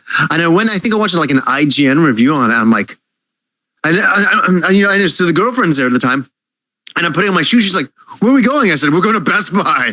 And it was really funny. It was that fast. And I've never done that in so many years, but I actually jumped in the car, drove to Best Buy. I did basically a blind buy. I did watch the IGN review, but this was not on my radar at all. It was one of those kind of exciting games. It's like, I'm going to take a chance in this game. And I went and put full price down, came home. I bought it on the PS3 because I didn't have that many games in the PS3. I wanted to kind of make the library a little bit bigger for that. I put the game in. Holy shit. I was so sucked into that game. I think it was 3 or 4 days. I finished the game. I was just every day I was just pounding level after level just to do it, and then I was I got through basically nearly halfway through. I'm like, okay, I gotta do a review on this game because I love this game so much. But I remember just sitting there that first day with the girlfriend, and she I shouldn't say she wasn't into games. She wasn't hugely into games at the time, and she's watching me play this game, and she's on the edge of her seat, and she does not she wasn't really a big fan of video games. But I think this kind of game actually had an impact that after this, she really became a big fan of video games. But she was sitting there going, oh my God, look out for that. And, totally being a backseat driver gamer. It was pretty awesome. And I was like, this game is good if it's getting that reaction out of a what I would class as a non-gamer. And if, she's not a non-gamer, she's having that reaction. As a gamer, I was like, so terrified. I was like, oh my God, I don't want to go around that corner. Like, oh my, like what's going to be around there? I loved it. To get that kind of reaction out of a game, so cool. Definitely, Pete, please grab it. The world, so creepy. It's so creepy. The game like combines everything that scares me the most about horror games: the tight corridors, jump scares, and darkness. Like it has everything. Isolation. That scares me. Yeah, isolation. I love the enemies in the game where you have to like strategically shoot them in certain areas to kill them too. Yeah. Like, because just because you shoot a guy doesn't necessarily mean he's dead. They crawl on the ground and shit. It's crazy. The whole game is freaky, but I like the way it progresses and how you can always hit that light and it shows you where to go and stuff. The line. Yeah. It's pretty cool. A lot of people bugged me about my review. They're like, oh, you need a light to show you where to go. It's like, well, you know what? Like, I don't want to be running around for hours not knowing where I'm going. Thanks. Yeah. So I don't memorize corridors, like you do. I don't, I'm sometimes bad at that sort of thing. That's fine. That's normal. But I said, if any of you guys like the movie Alien, Event Horizon, you're absolutely, or The Thing, it like combines all those things into one and releases it as a game. That's why it's so amazing. And here's something, I mentioned it in my review. I don't know if you guys remember, but the developers of the game, which were EA, the guys that worked on the game, they actually were looking at pictures of like, car accidents. This might sound grotesque, like car accidents and stuff like that, like dead bodies, because they wanted to get the some of the blood and gore perfect. So they're looking at some kind of, I don't know, some kind of gross stuff to figure that out. And that's like when you think about it, how else are you going to do it? Rather than like kill the guy beside you and kind of draw the stuff from there. Like you're going to have to look at some real life photos. You're never going to. I wouldn't know how to draw real super gore. Like what is like like intestines and blood and splatter look like all as one. I can take a guess on it, but I'm telling you, I played the game. They got it right. You got it really right. The second one's going to be epic. When the new one comes out, I can't wait for that. I'm in. The first game is so special that I hope it has that kind of that special vibe again, that special creepy vibe. Like it had. I don't want to ruin the story. I don't even want to talk about the story because I'll ruin it if I talk about it. But it had a certain rhythm, that first game, and I want an original rhythm again. Actually, I remember when they were talking about doing a sequel. I can't talk about it. Sorry, it'll be spoilers, so I won't mention it. Never mind. So, anyways, those are my games. Gamester, what's some games that freaked you out in your time? One of the games we haven't brought up, and this game definitely influenced Resident Evil series, is Alone in the Dark. You guys ever play that game? Yep, I was thinking about that. I played the 3DO version, actually. Yeah, the 3DO version. Creepy. For those 3DO gamer, if you have a 3DO owner out there, definitely pick up Alone in the Dark. It was a series that went on for a couple, 1 and 2 are decent. After that, they start getting kind of weird, but I really like Alone in the Dark. You're basically this detective who's kind of investigating a suicide, and just you're in this mansion. It just gets creepy. The gameplay is very similar to Resident Evil. In fact, Resident Evil kind of copied it as far as the controls go. But Pete, what'd you think of the game? I didn't get too far into it. It's really primitive though. Even up to Resident Evil standards, the controls are. I know the first time I popped it in, that first encounter in the attic with that like wolf monster thing. I know that actually creeped me out quite a bit coming through the window. Yeah. And but the controls are absolute. They're really, really bad. Like think Resident Evil, but like 100% worse. Like it's really tough, and the camera doesn't help at all either. So I died quite a few. I think I died like 10 times before I can get out of the first sequence in the game. But yeah, it's think Resident Evil, but without all the, the graphic touches to it. It's a pretty decent game. It hasn't aged very well. It's very blocky and pixelated now. And like Pete said, the camera angles don't do it justice, because the first 10 minutes I was running into walls trying to figure out where I was, because you go around a corner and the camera angle changes, kind of like Resident Evil, but the controls are just, terrible, to be honest with you. But no, the story is good. And it came out in 1992 on, DOS. And then I think 3DO version came out in 94. So it's definitely a game to check out. Kind of interesting series. Especially for fans of Resident Evil, kind of see kind of what influenced Resident Evil, I guess you can say, right? Yeah, and it actually inspired a movie. Wasn't there like a Alone in the Dark movie? I heard it was terrible. It was terrible. Probably. Yeah. Terrible. I actually got 2 series that I thought of. I want to know if any of you played them. Have any of you played the Clock Tower series? No, but I do know the premise of it. I do know the whole game concept, but I've never actually tried it. I've been interested to try them. Where the whole idea of the game is where there's only one enemy the entire game, right? And he's constantly chasing you throughout the whole entire game. So you got to hide from him, and you're basically running and hiding from him the whole time. Oh, hey, sorry. What game am I thinking about? I'm thinking about a game there where you have to set up like traps throughout the a mansion to kill people. What game am I thinking about? I thought that was Clock Tower. Maybe I'm totally wrong. Wow. Do you know what I'm talking about, Pete?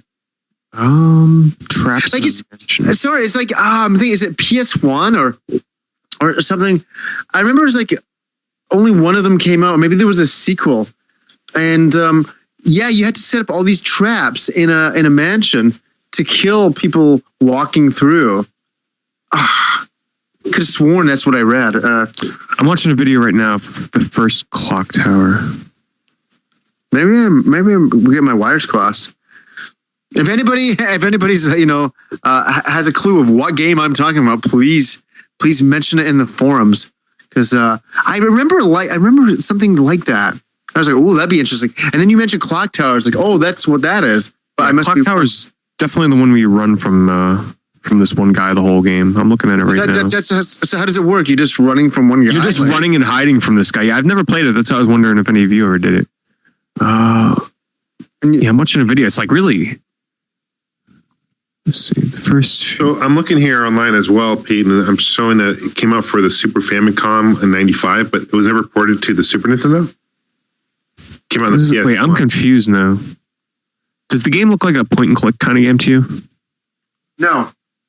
What the hell am I watching? Clock Tower: The First Fear. Yeah, that's PlayStation 1, Wonder Swan, and Super Famicom game. Came out in '95. Okay, I'm looking up on Wikipedia here. Clock Tower is a survival horror game created by Human Entertainment and continued by Sunsoft. The series plays like a horror film, and unlike some of the other survival horror games, Clock Tower series does not focus on shooting creatures or using violence, but rather using the player's surroundings to hide and escape while solving puzzles and I'm following the twisting storyline. Oh, okay. It's kind of like what Pete was talking about. Yeah, that's exactly it. Yeah. I've never played the series. Jason, have you played it?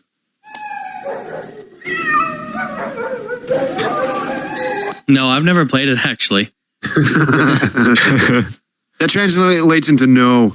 Yeah. I've heard it's a pretty creepy series, but that's what I thought I'd bring up. The other one I was thinking of was the Fatal Frame series. Anyone play that? No. Oh my God, no. Mm-hmm. You got some series to check out here, because from what I've heard, the Fatal Frame series is one of the scariest video game series out there. That's the one where you take pictures of ghosts and you can only see them through the camera. Yeah, I've heard it's creepy as hell. I think they're up to like they're making a fourth one, I think, or something like that on the PlayStation or the Wii. I could be wrong. I'm not sure. I know.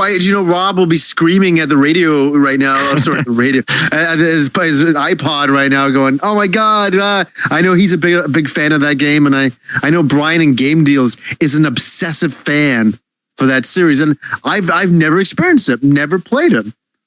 Man, I should really get on that. Bless you. Thank you. What the fuck was that? It looks. Oh wait, yeah. There's a version out on the Wii. And I believe it has not. Yeah, it's never been ported to the US yet. Because I'm looking on eBay, it's almost $100 for Fatal Frame on the Wii, which would work out pretty well with the Wii remote. Yeah. $100 though. You know what? That's pretty tempting, because I got that Japanese Wii sitting over there waiting for a game to play. Yeah, but it's almost $100. Some copies like $80. That was Tecmo. Not sure off the top of my head. Yeah. Huh. I've heard of the series before. I've never played it. Never played it. No. Yeah. Oh yeah, Fatal Frame 4. That's what it is. Yeah, I'm watching some gameplay right now, and holy shit, Looks That look pretty good. It looks creepy, yeah. So is there one on the 360 or something? Is there No. Well, there PlayStation PlayStation 2, and I think it was ported to the Xbox, the original Xbox. All right. And the newest one is on the Wii, which apparently is probably not coming to America unless they're taking a while to port it over. Why would they not bring it out over here? It's kind of interesting. It says over here that I'm reading about it. It says in Europe it was known as Project Zero. So and in Japan it's known as just Zero, but in the States, North America, it's called Fatal Frame.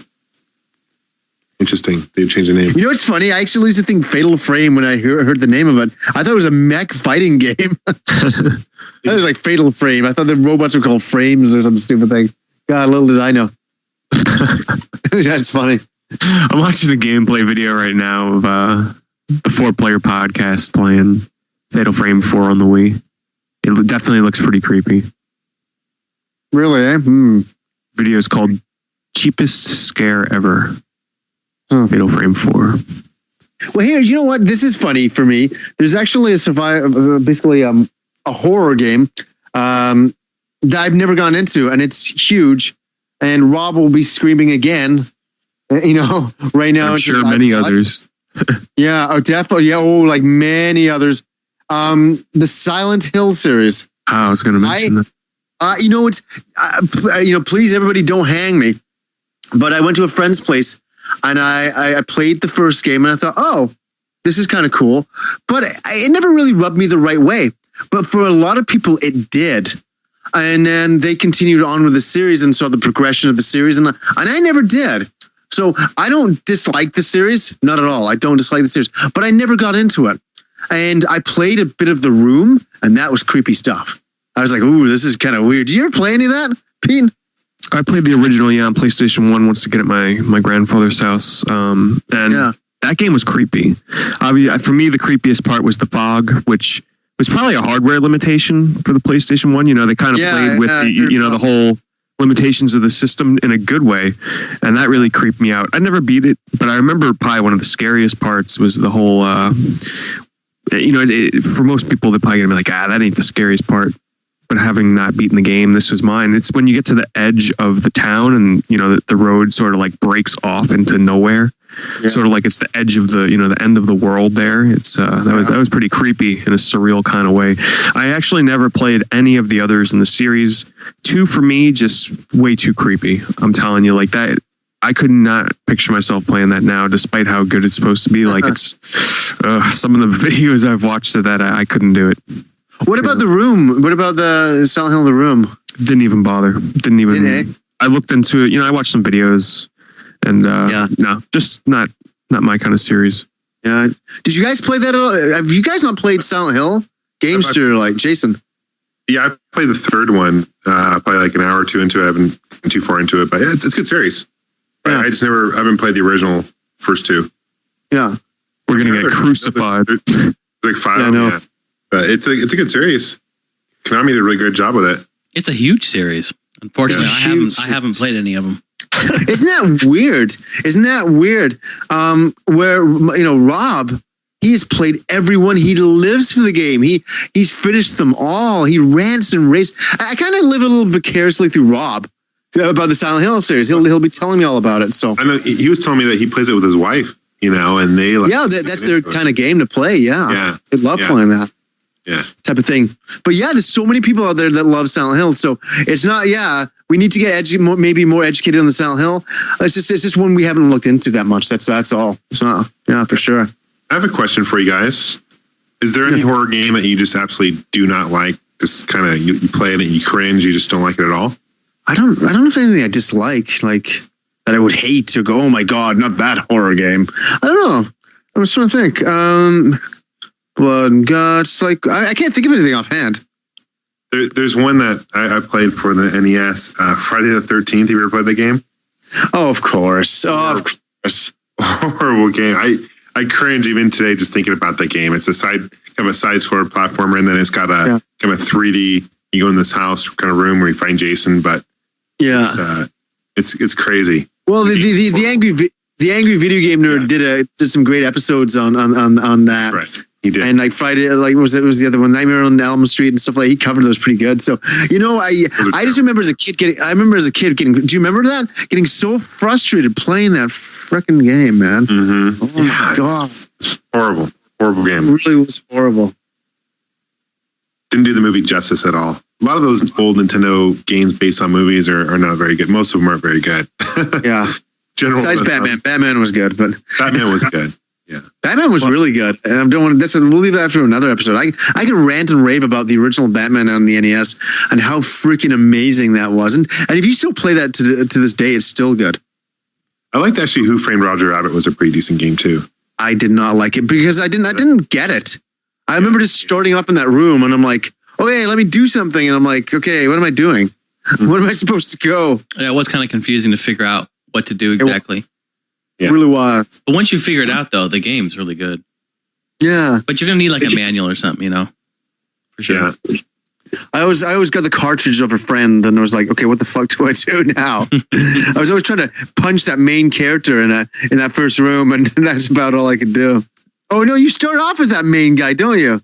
For some reason, I thought you started off as Roger Rabbit, but you start off as that main guy in the trench coat. I always remember when he punched, he would punch and then he'd like hop a few times. Remember that? He'd stagger, yeah. Oh my God. Yeah, I didn't get that game. I never did. I always wanted to because I loved the movie at the time. I'm like, Roger Rabbit, the video game, awesome. I remember looking at screenshots of it when it first was released, and I'm like, and then I rented it or bought it off a friend. I'm like, oh my God, I don't like this game. I just didn't get with it. Let's not lie, gentlemen. Let's all be honest. Only reason why we watched Roger Rabbit was so that we see those tiggle bitties. Jessica Rabbit, yeah, Jessica Rabbit. Mm-hmm. Fuck, it's funny. It's hilarious. Wasn't there like an adult version of Roger Rabbit made? And how meaning that Cool World? I have Cool World. Yeah, that's Cool World's a different movie. Brad Pitt's in that, but I actually yeah. I have the Laserdisc version of Who Framed Roger Rabbit. You got it. Not to kind of veer off our topic here, but it's interesting because the Laserdisc version of Who Framed Roger Rabbit, it's rare because you can actually slow it down frame per frame, and there's like parts of the video, the movie where you can see like Jessica Rabbit. I think she's like topless, and who's that baby guy? Who's that baby character? There's a scene where I know who you're talking about. He's flicking off people. If you slow it down frame by frame, it's hilarious. You can actually see it. It's pretty funny. It's funny. I actually know about that Laserdisc. That is kind of rare. Yeah. Because I heard like, if you have that version, because in all future versions that's removed. Right. Yeah. Yeah. That's cool, man. That's kind of interesting. It's pretty interesting. I do like that movie, but yeah, Cool World is another kind of interesting movie, kind of similar genre for adults. That's it. That's all. Because I've never seen Cool World. I don't know if it's something I should be jumping out to go and check out or not. No, probably not. It's been a long time since I've seen that movie. Yeah. You have a Laserdisc player? I do. Yeah. Yeah. We both do. Yeah. Cool. What's scary? Probably got about 150 Laserdiscs. I think I got Hellraiser. If we want to talk about horror things, but Hellraiser on Laserdisc as well. That's probably one of the first Laserdiscs I bought. Well, since this is a Halloween special, how about we actually talk about some horror movies? That would be a good way to go, maybe. Sure. Yeah, nice. I'll tell you one horror movie that I know you guys are going to love this too. A horror movie that is getting a prequel, and they're filming it right now. I think it's they're just getting past principal of photography on it, and that is a prequel to the movie The Thing. Oh wow! The 1982 John Carpenter film. It's just awesome movie. Just an awesome movie. I've seen that movie over 100 times. I have it on Laserdisc. It's funny, I still got it on Laserdisc. But I love that movie. And what the prequel is going to be is about the Norwegian base before the movie begins in The Thing. And the Norwegians are in the helicopter trying to shoot the dog. It's what happens before that. So that's kind of exciting. I don't know if you guys are excited about it. I'm dying to see that. I can't wait. Well, about that, but that sounds really cool. I'm always skeptical when it comes to new horror movies. I know. No matter what, awesome, movies it might be based on. Like, oh man, I'd be scared for it. You get all hyped up for it, and then it turns out to be garbage. I know, but I think somebody was talking that I was reading online that they went to check out the set of the Thing prequel, and they were really excited because there was a whole bunch of like animatronics. There was a lot of real time. Oh, really? Effect monster creatures and stuff like the original. They were trying to get that same gig going on. So I was just going to say that, they rely way too much on CG stuff, no more actual real makeup and real monsters, with mechanics inside and all that stuff. Yeah. I know one movie a good example that really disappointed me was Land of the Dead, or no, was it Land of the Dead? I think it was Diary of the Dead. One of the Romero movies used a lot of CG work in it, and I was really disappointed because all the Romero zombie movies were always about real special makeup back then, and obviously they didn't have the CG back then. But his more recent ones, oh man, I really don't enjoy the Romero movies that much. I bought the new one, Survival of the Dead, on Blu-ray, but I haven't had a chance to watch it yet. I've seen Day of the Dead and Dawn of the Dead. Day of the Dead wasn't too bad, the new one, but the originals are classic though. The zombie ones. What's the one where they're in the mall? Is that the Dawn of the Dead? Yeah. Dawn of the Dead. Yeah. If I had to rank my favorites, it would go definitely the original Dawn of the Dead, then Night of the Living Dead, and then Day of the Dead. The originals are still my favorites. And then it would probably be actually the remake. It's not a Romero movie, but the remake of Dawn of the Dead. I've actually seen that a lot. That was a really enjoyable movie. I just like the concept of being in a mall with zombies. I think it still really holds up. Maybe not in the Dead Rising games for myself and Johnny, but in movie form. I loved it. Yeah. Go ahead. Yeah, go ahead. Oh, sorry to interrupt. I was just going to say, didn't Capcom get in trouble because the whole Dead Rising kind of copying the whole zombies in malls? Didn't they get like sued? Oh, I'm not sure. Yeah, we were talking about this last time that I forget what the reasoning was. I remember it at the time, but they had to, remove the games off the shelf till they settled some legal thing. Yeah. And then I guess they did. So maybe it was something to do with that. I can't remember. I remember talking to Rob about it. I can't remember now. Mm-hmm.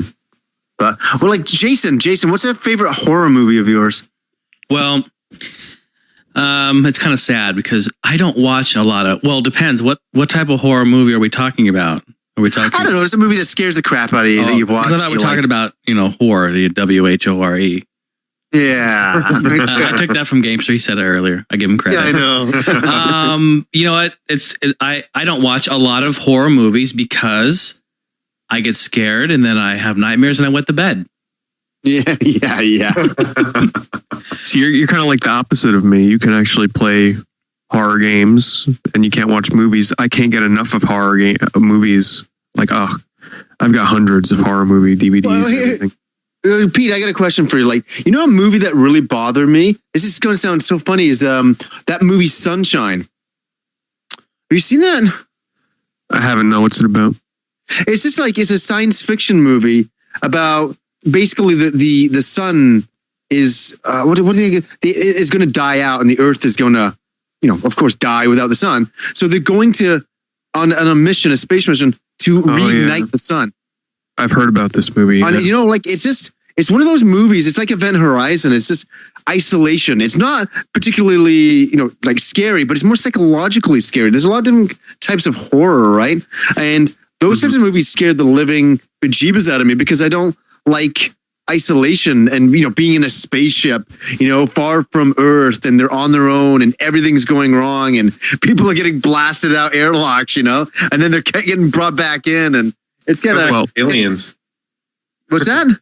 It reminds me of Aliens, like the movie Aliens. I love that movie. Yeah, but Alien and Aliens they're more fun. They're a little bit more firepower, gun weaponry stuff for the aliens, especially. But for those kinds of movies, they rely on psychological terror in a way, like the worst kinds of things that can happen to a person, type of thing. But those are the movies that really bother me. It's not the blood and guts stuff. I can handle that, no problem. It's the psychological element that I sometimes can't handle. Yeah, one movie in the recent years that I really love. I know a lot of people disagree when it comes to horror movies, but I think it's one of the best released in the past. I forget what year it came out, but that's the 28 Days Later movie series. 28 Days Later and then Weeks Later, but 28 Days Later, the first half an hour of that movie where the main character is kind of just wandering around the city and kind of getting his bearings on what's going on. Like he's in an empty, I think he's in London or something, but He is, yeah. it's just like an empty city, and he's just like, what the hell is going on? And the music just is so creepy and eerie. And even when he finds, the rest of the cast, the characters, just the whole premise of being in a city that's like empty, and there's just, people with a disease, and, I just love the concept and the story of 28 Days Later. 28 Weeks Later is great too, but the original, I just absolutely love that movie. And a lot of people don't like 28 Days Later. I think it's one of the best horror movies. Yeah. They don't like. Why would they not like it? Like, I don't know. I guess because they look at it as a zombie movie, and it's not a. I guess you could say it's a zombie movie, but if you go in expecting a zombie movie, you might be a little disappointed.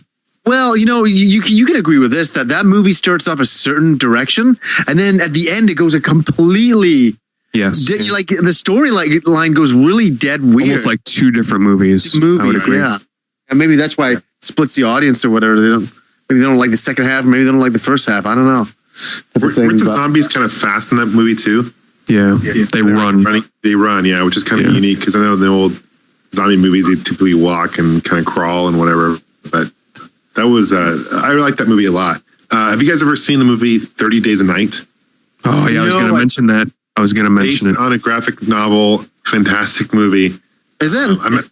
It came out, I think, 2007, and something like that around there. Yeah, Barrows, Alaska, where it's pretty much dark for pretty much half the year, and the zombies come out at night, and vampires. Vampires, yeah, thank you. Vampires. Yeah, hey, no story spoilers. I've not seen it. It's really good, eh? You have to see it. Yeah, you have. Oh, really?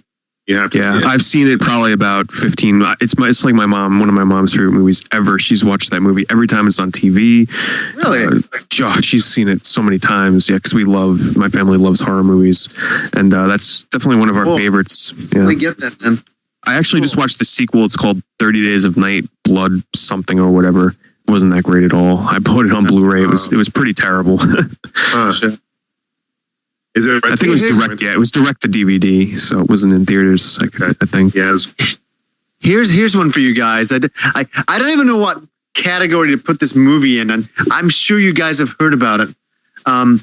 My God, it's disturbing. It's disturbing. It's a semi-new release. The Human Centipede.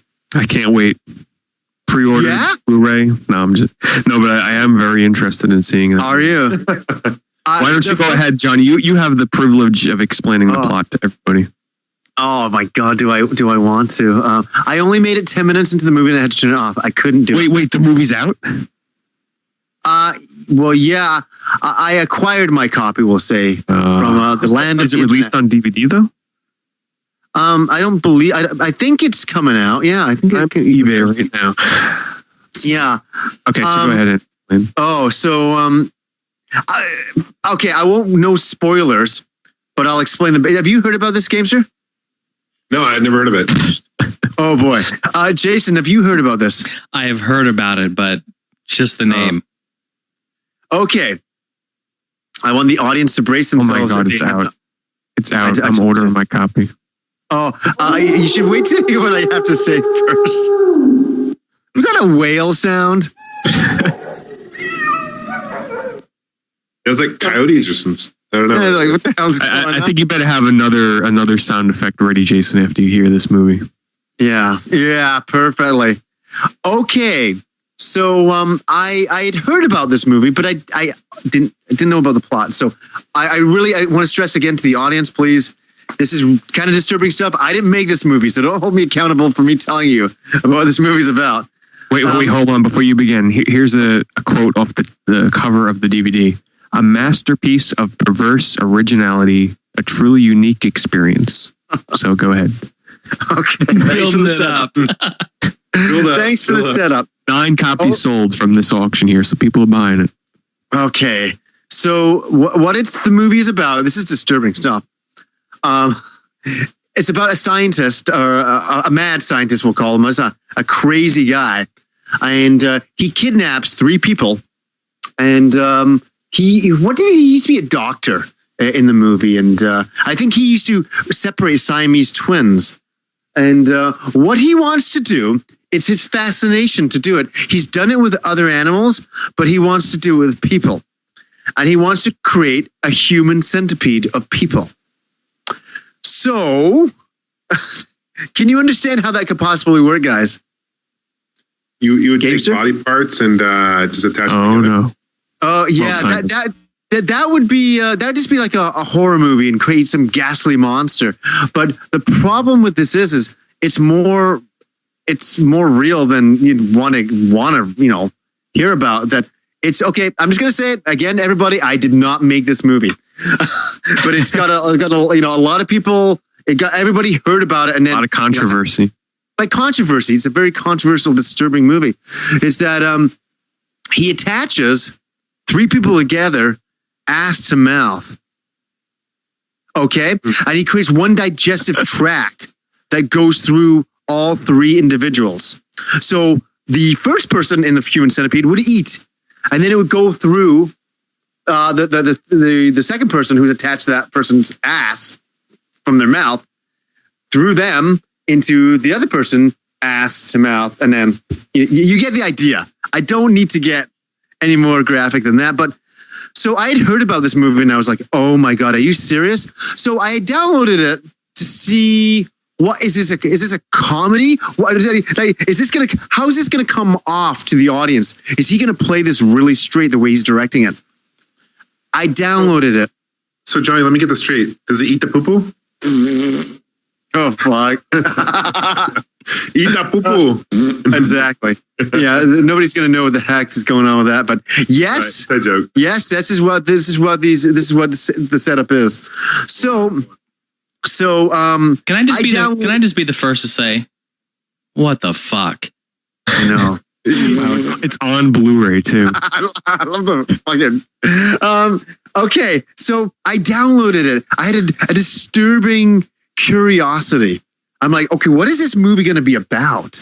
Like I know the concept, but how can this be a movie? That sounds like It's the poo-poo. It sounds like So, anyways, so I downloaded the movie, and I was checking it out. I watched the first 10 minutes of it.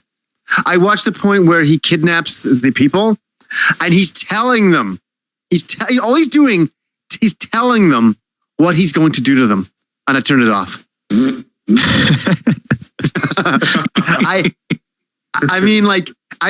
The setup of this is so kind of like serious, and I was like, oh my God, I can't watch anymore. The entire movie is the medical procedure to do this. Can you believe that? So I was like, right? I mean, of course. Yeah, no, it's not. Dude, if this was real, somebody'd be getting locked up. I seriously hope so. But so anyways, so here's some other reactions from some of my other friends. And Brian from Game Deals, the owner of Game Deals, I was ranting to him. We were driving back from someplace. I forget where it was. And I was telling him about it. He's like, oh, I've got to see this movie. So he snagged the movie as well. And I talked to him. He's like, oh, dude, it's 2 days later. He's like, I'm so disappointed. I'm like, why? He goes, it wasn't disturbing at all. I'm like, what? You didn't find it disturbing? No, not at all. No, he goes, I actually kind of found it humorous. It didn't bother me at all. And I'm blown away by that fact because I watched the first 10 minutes of this movie and I realized it was something I could not sit through at all.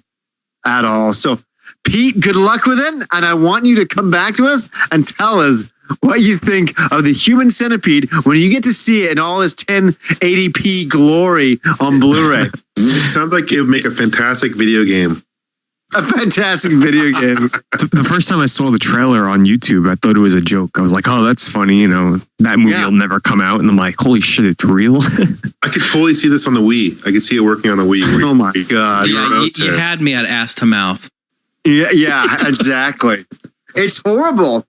It's just, I don't know. It's not my kind of thing. I bet a lot of people listening would be like, oh, I've seen the Human Centipede. It's so last week. It's not disturbing at all. I'll probably get that kind of reaction. But yeah, it's disturbing stuff. And you're right. People were talking about it because it was controversial, because it was creepy. It was bizarre. Yeah. Nobody ever made a movie like this before. So we're talking about it, right? So it's having an I effect. enjoy those serial killer kind of style movies like Seven and what's the other one I'm trying to think of? Silence of the Lambs. Those are classic, dude. I like those kind of movies. You know, is that kind of like what this is? Is it a serial killer, or is it more of a documentary style? It's like a documentary style thing, yeah, for sure. Okay. But it's filmed like a movie. Yeah. So like you feel separated from the people. You're not like going, oh, these are real people. You know they're actors. But I'm telling you, when he's telling them, this is what I'm going to do to you guys. I'm going to connect you all ass to mouth. And they're all fucking crying and screaming. You're sitting there going, Christ, I can't be doing this movie. Well, it's a good thing that you feel separated from the people. I hope you don't feel attached to the people. No. Done. Excellent one, Gamester. That was good. If you want to see one of my all-time favorite disturbing movies, would be a movie called Cannibal Holocaust. Have any of you heard of this one? I've heard of it. I haven't seen it. It's about not too many spoilers. A group of people that go out to somewhere, I forget where it is, but some kind of jungle to sort of like document some tribes out there. But they end up they're not that lucky, I'll just say that. But this film was so graphic for the time, like the special effects look so real that actually the director of the movie got taken to court to prove that the actors were still alive, and that's true. It's true. So if you ever want to see a really sometime in the 80s, I forget the exact year. I can look it up though. Hold on. That's crazy. I just will warn anybody out there that's a fan of animals. There's real animal cruelty in this movie. So yeah, just the warning there. It actually got banned in a lot of countries because of that. They kill a real sea turtle that was endangered, so What? it's really graphic. It's pretty graphic. I would never. What a bunch of tough guys. I can't really explain it. I've watched the commentary and it's just so a warning out there for people that love animals. But yeah, this movie, it's pretty disturbing. And a pretty disturbing movie as well. The original Last House on the Left was it's one of my favorites. And one of the more recent disturbing movies I've seen was a movie called Martyrs, which I thought the story behind that movie was excellent. It's only until the end of the movie where everything kind of clicks, but I can't say anything about what goes on in that movie, except if you want a really disturbing movie where at the end it has you thinking like, wow, that's actually pretty pronounced ending there. You want to check out Martyrs, and that's Martyrs. I think I just spelled that right. But let me find out when Cannibal Holocaust came out. Hold on. That's crazy. It was taken to court and stuff. Couldn't they just? That'd be pretty easy to prove they didn't kill him. They just have to show up, right? Yeah, but that's how crazy the movie was. It came out in 1980 in Italy, 1984 in the United States. It was probably because they had all that animal cruelty, and they were saying that this is real.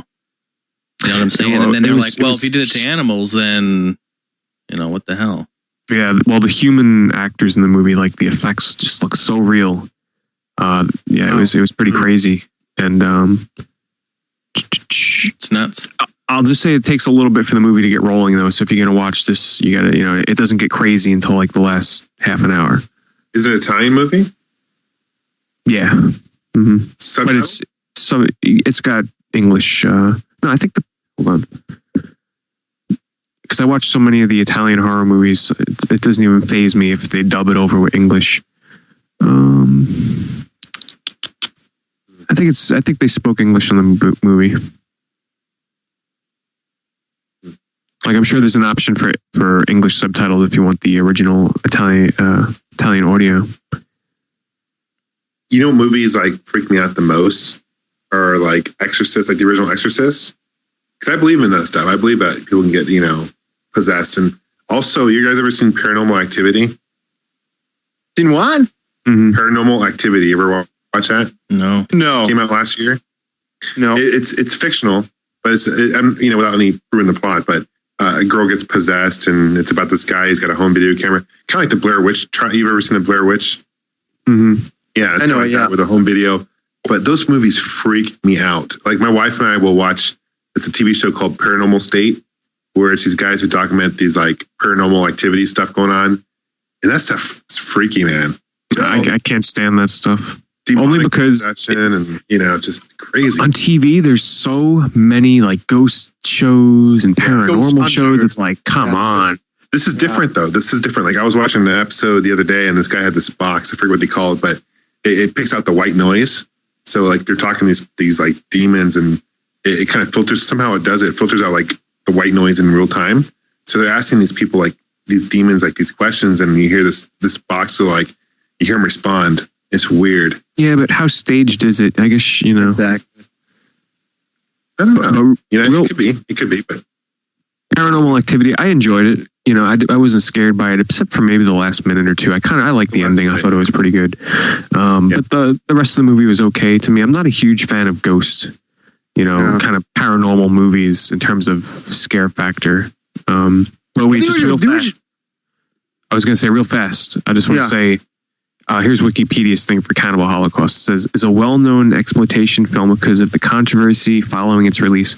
After premiering in Italy, the film was seized by a local magistrate, and Deodato was arrested on obscenity charges. He was later accused of making a snuff film due to rumors which claimed that certain actors were killed on camera.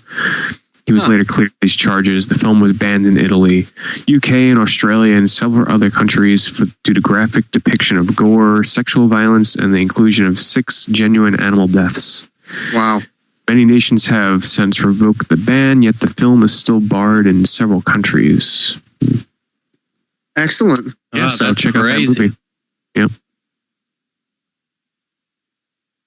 If you want to see the kind of movies that Pete Dorr likes, you might think of me differently after you watch this. It's just a good movie.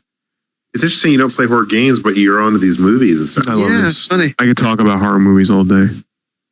That's funny. I can't wait to hear what you have to say about the Human Centipede, because I only made 10 minutes. Made it 10 minutes in. You're gonna make it all the way through, and you definitely have to bring that up on the podcast. You know what? I think I'm gonna be disappointed only because there was so much hype behind this movie. Well, no, it's creepy stuff. I know it's creepy stuff. I did a quick fast forward through it. I'm like, oh no, I ain't doing this. After I get to my 10-minute mark, I went back to it weeks later. I'm like, I wonder what goes on. But I'm not gonna watch it. But I'll fast forward. I'm like, nope. And they're making a sequel to it. And they're coming out next year. Isn't it like the attached 18 people? What's it called? The Human Millipede? No, I think it's Human Centipede 2 second like operation or something. I can't remember. But it's where they attach 18 people together. It's I'm on Rotten Tomatoes. It just says The Human Centipede 2. I guess they don't have the subtitle for it. Yeah, okay. There's a trailer out for it. I know that. And the whole thing is going to be like bringing people together, right? It's bringing people together. 18 of them. Oh my God. Almighty. Could you just imagine that though in real life? Like, could you just imagine that? No, I couldn't. No. Okay, moving on, I guess. Brings a whole new I definition to ass to mouth. Okay. Yeah. Let me dream about that for a second. Hey, how about a game? And I know we have some people out there probably kicking and screaming and yelling right now. How about? I don't want to change it off movies. If we're done with movies, we can go back. That's to good. One last movie before Jason, you change the subject though, is Army of Darkness. So you guys definitely need to check it out. Oh, it's classic. Absolutely. Classic, epic movie. Yeah, I just bought The Evil Dead on Blu-ray too. Oh, yeah, Evil Dead. I gotta watch that. It's a great movie too. Love it. One-liners in there. It's kind of like Duke Nukem style, like Holy cow. give me some sugar. Klaatu, Verada. Yeah. There's one more I gotta mention that used to scare the hell out of me as a kid more than any other movie. To points where I'd have to turn my head and close my eyes, but I still couldn't get enough of the movie. I watched it so many times. It was a movie, Stephen King movie, Silver Bullet. Anybody seen that Really? one? Isn't that the werewolf one? Mm-hmm. Yeah. Oh Never my seen God.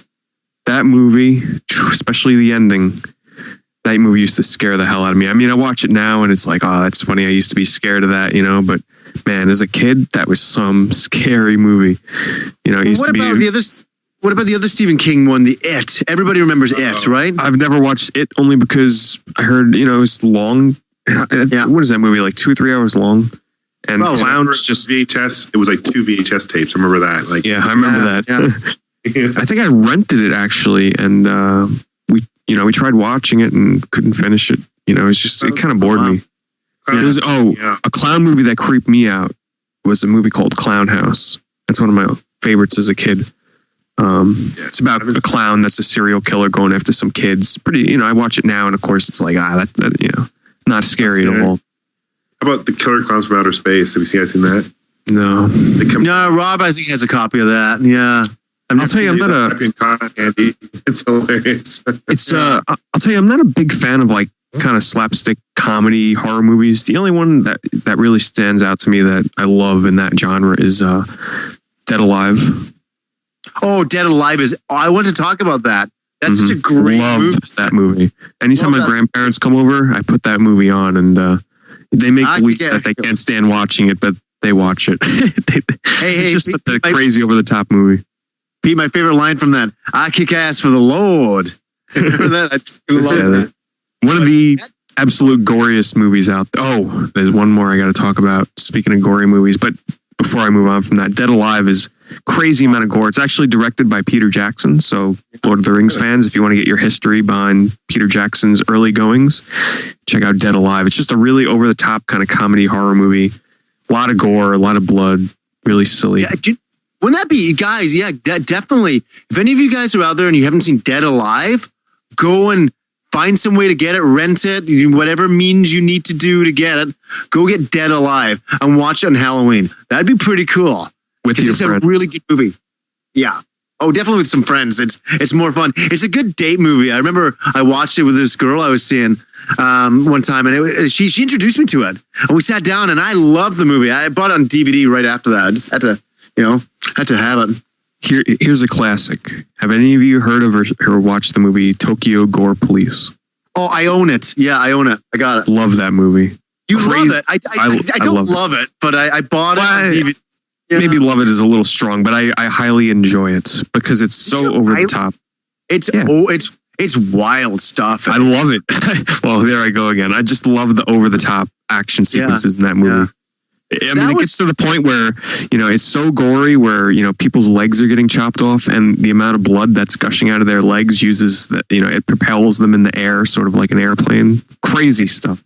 It's crazy stuff. That was a hard date movie because I watched that with one of the ex-girlfriends, and that was I didn't know, we didn't know what to say when the movie finished. I was like, well, that was interesting. I didn't really know what to say. And she didn't know what to say either. So she's like, that was something. I'm like, yeah, it sure was. There's another one. Have you seen Ichi the Killer? Ichi the Killer? Yeah. Is it just referred to as the killer? No, Ichi, ICHI. You have to watch it. Yeah, it's one of those crazy Japanese gore killer movies. I can't really say the scenes in there that are pretty weird, but if you ever watch it, you know exactly what I'm talking about. Only in Japan, I'll just say that much. Yeah, jeez. I'm scared and interested. No, it's not a scary movie. It's a really silly movie along the same lines as Tokyo Gore Police, just not as crazy. Yeah. Well, and obviously movies like Poltergeist, a classic. Oh, yeah. Halloween, classic. Of course. The original. Yeah. The music is epic in those kind of movies, You know a movie I tried to watch probably about 6 months ago? Rob lent me the entire Friday the 13th series, and I'm like, okay, I'm going to get through the entire series. I'm going to watch them all in a row. I got halfway through the first movie. I'm like, this is terrible. It really doesn't hold up well. The first one does not hold up. No, I think it was the third one was probably my favorite. I didn't see all of them, but the third one, I think, most of them take place in camps, but the third one, it's been so long since I've seen it. Yeah, what's the one I like? It's the one in where Jason's in space. Remember that one? Oh God, is that Jason X? I didn't even bother. Yeah, it was so stupid. It was such a parody. It's having fun with itself, but I didn't mind that one. I thought it was just kind of goofball fun, right? Here's an interesting trivia thing that's kind of interesting. The Microvision, the very first portable handheld with interchangeable games. Yeah, that actually was in Friday the 13th movie, the original. There's a scene where there's a scene where they're playing it. Yeah. Oh, jeez. Kind of a random trivia, kind of related to games, but no, I really like the Friday 13th series. They're kind of milking it. They're coming out with the newer ones and kind of remakes and I mean, how many of those? Everything's a remake nowadays. I swear to God. Same with Nightmare on Elm Street. They're coming out with a new Nightmare on Elm Street. I think they already came out with that. Are they coming out with another new one? Yeah, I think they're coming out with another new one. Oh shit! I love how they just take the title of a movie and they don't even bother putting a subtitle on it. They're just like Nightmare on Elm Street. Period. It's like, come on. Yeah. You really think you can live up to the original name? I mean, just slap some kind of subtitle on there, Yeah, exactly. Movie I was watching with my wife the other day was Pet Sematary. Again, have you ever seen that? Never a fan of. Yeah, I'm not a fan of it. It's a hilarious little kid coming out, and it's so funny. The movie, it's kind of you look back on it and you kind of laugh at some of the cheesy special effects that they have. God Almighty, we could speak for talk for hours about horror movies alone. You know what I mean? Yeah. There's so much to cover. The Shining is classic. Love that. Oh yeah. I love The Shining. And in fact, I actually plan to watch that on Halloween. It's funny that you said that. I love The Shining. Such a brilliantly made film. It's not a bad idea. Yeah. Talk about a movie that scares through imagery, that's for sure. Oh, absolutely. Here's something. Don't tell me, what's the name of it? Oh, here's a movie I've never seen. I bought it on Blu-ray. I'm going to watch it on Halloween as well.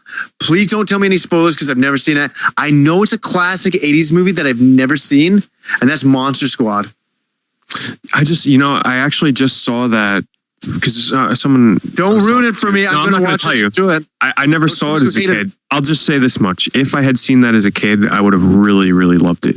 It definitely feels like an 80s movie. I think you'll enjoy it, but it's one of those movies where if you see it as a kid, I think you'll have more fond memories. If you go into it watching it now for the first time, I don't think you'll enjoy it as much. Well, no, it's like, imagine never seeing The Goonies and you watch The Goonies for the very first time. You would appreciate what you would have thought of it. Like you said it pretty well. I'm going in watching it with the idea that, hey, it's an older movie, and I'm going to enjoy it for what it is and for what it used to be. Well, how about this? I've never seen The Goonies. What? Like that? No, I've never seen it. Hold on. This is a great part. Thank you for the sound effect. Thank you, Jason. Wait a second. Wait a second. You've never seen The Goonies? I could just remember 10 seconds from it. I probably saw it on TV or something and changed the channel. Hey, you guys. Nope, never seen it. Favor, man, and you need to watch that movie. Yeah, I know.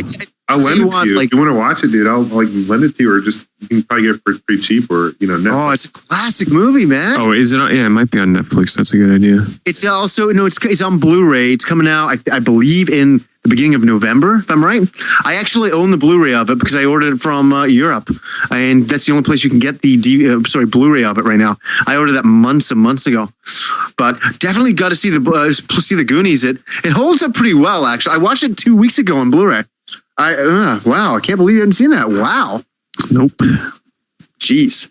Get this man educated. It's not really a horror film, though, but it's an adventure. I don't know, family style movie. It's great though. It's a classic.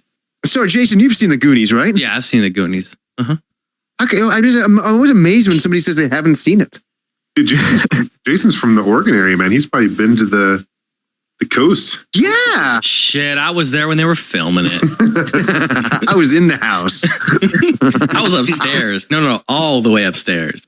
Man, I actually want to do a trip down to Oregon and go and visit the Goonie house and go see some of the sites because I'm that big of a fan of the movie. I grew up with that movie, and I guess the movie's not really your generation; it's more our generation because we were like 12-year-old kids when that movie came. I was younger. What year did it come out? Is it 85? Yeah, I was 2 years old. So nothing but a wee one. Goonies. Let me see the year. I think it's 85.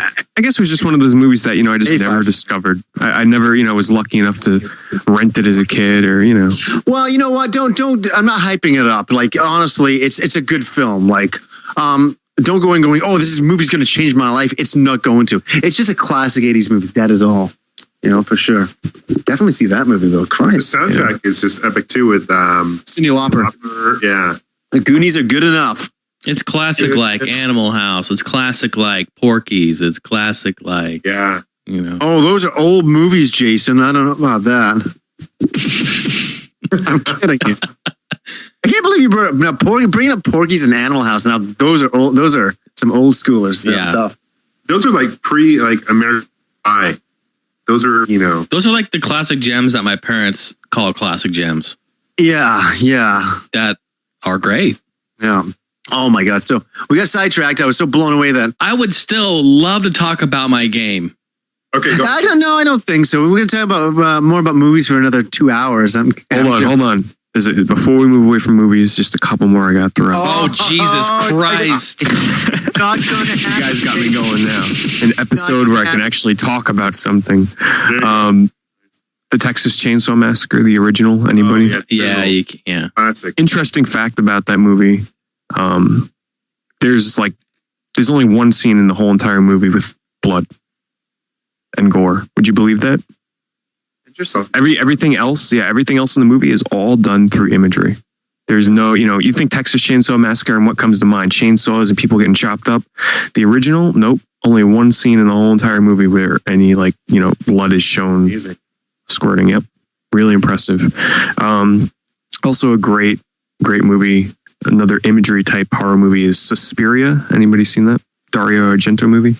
Nope. If you're a fan of color, I'll just say that. Check out that movie. Really, really great lighting effects. Really creepy. Great soundtrack. What else we got here? Let's see. He's looking at his looking movie at his collection on list. his wall. Yeah, he's looking at his wall. Yeah, I am right now. He's going to read every single title. I'm skipping. Yeah, I'm skipping over. I'm skipping the every third one. Invasion of the Body Snatchers is a great classic. The 1979 one. Yeah, that one. Not the remake, right? There was the original, and then there was the original, not the original. The 79 one was Leonard Nimoy. Yeah. That one is scary as fuck. Yes. Holy crap! Also, Phantasm. Anybody seen that?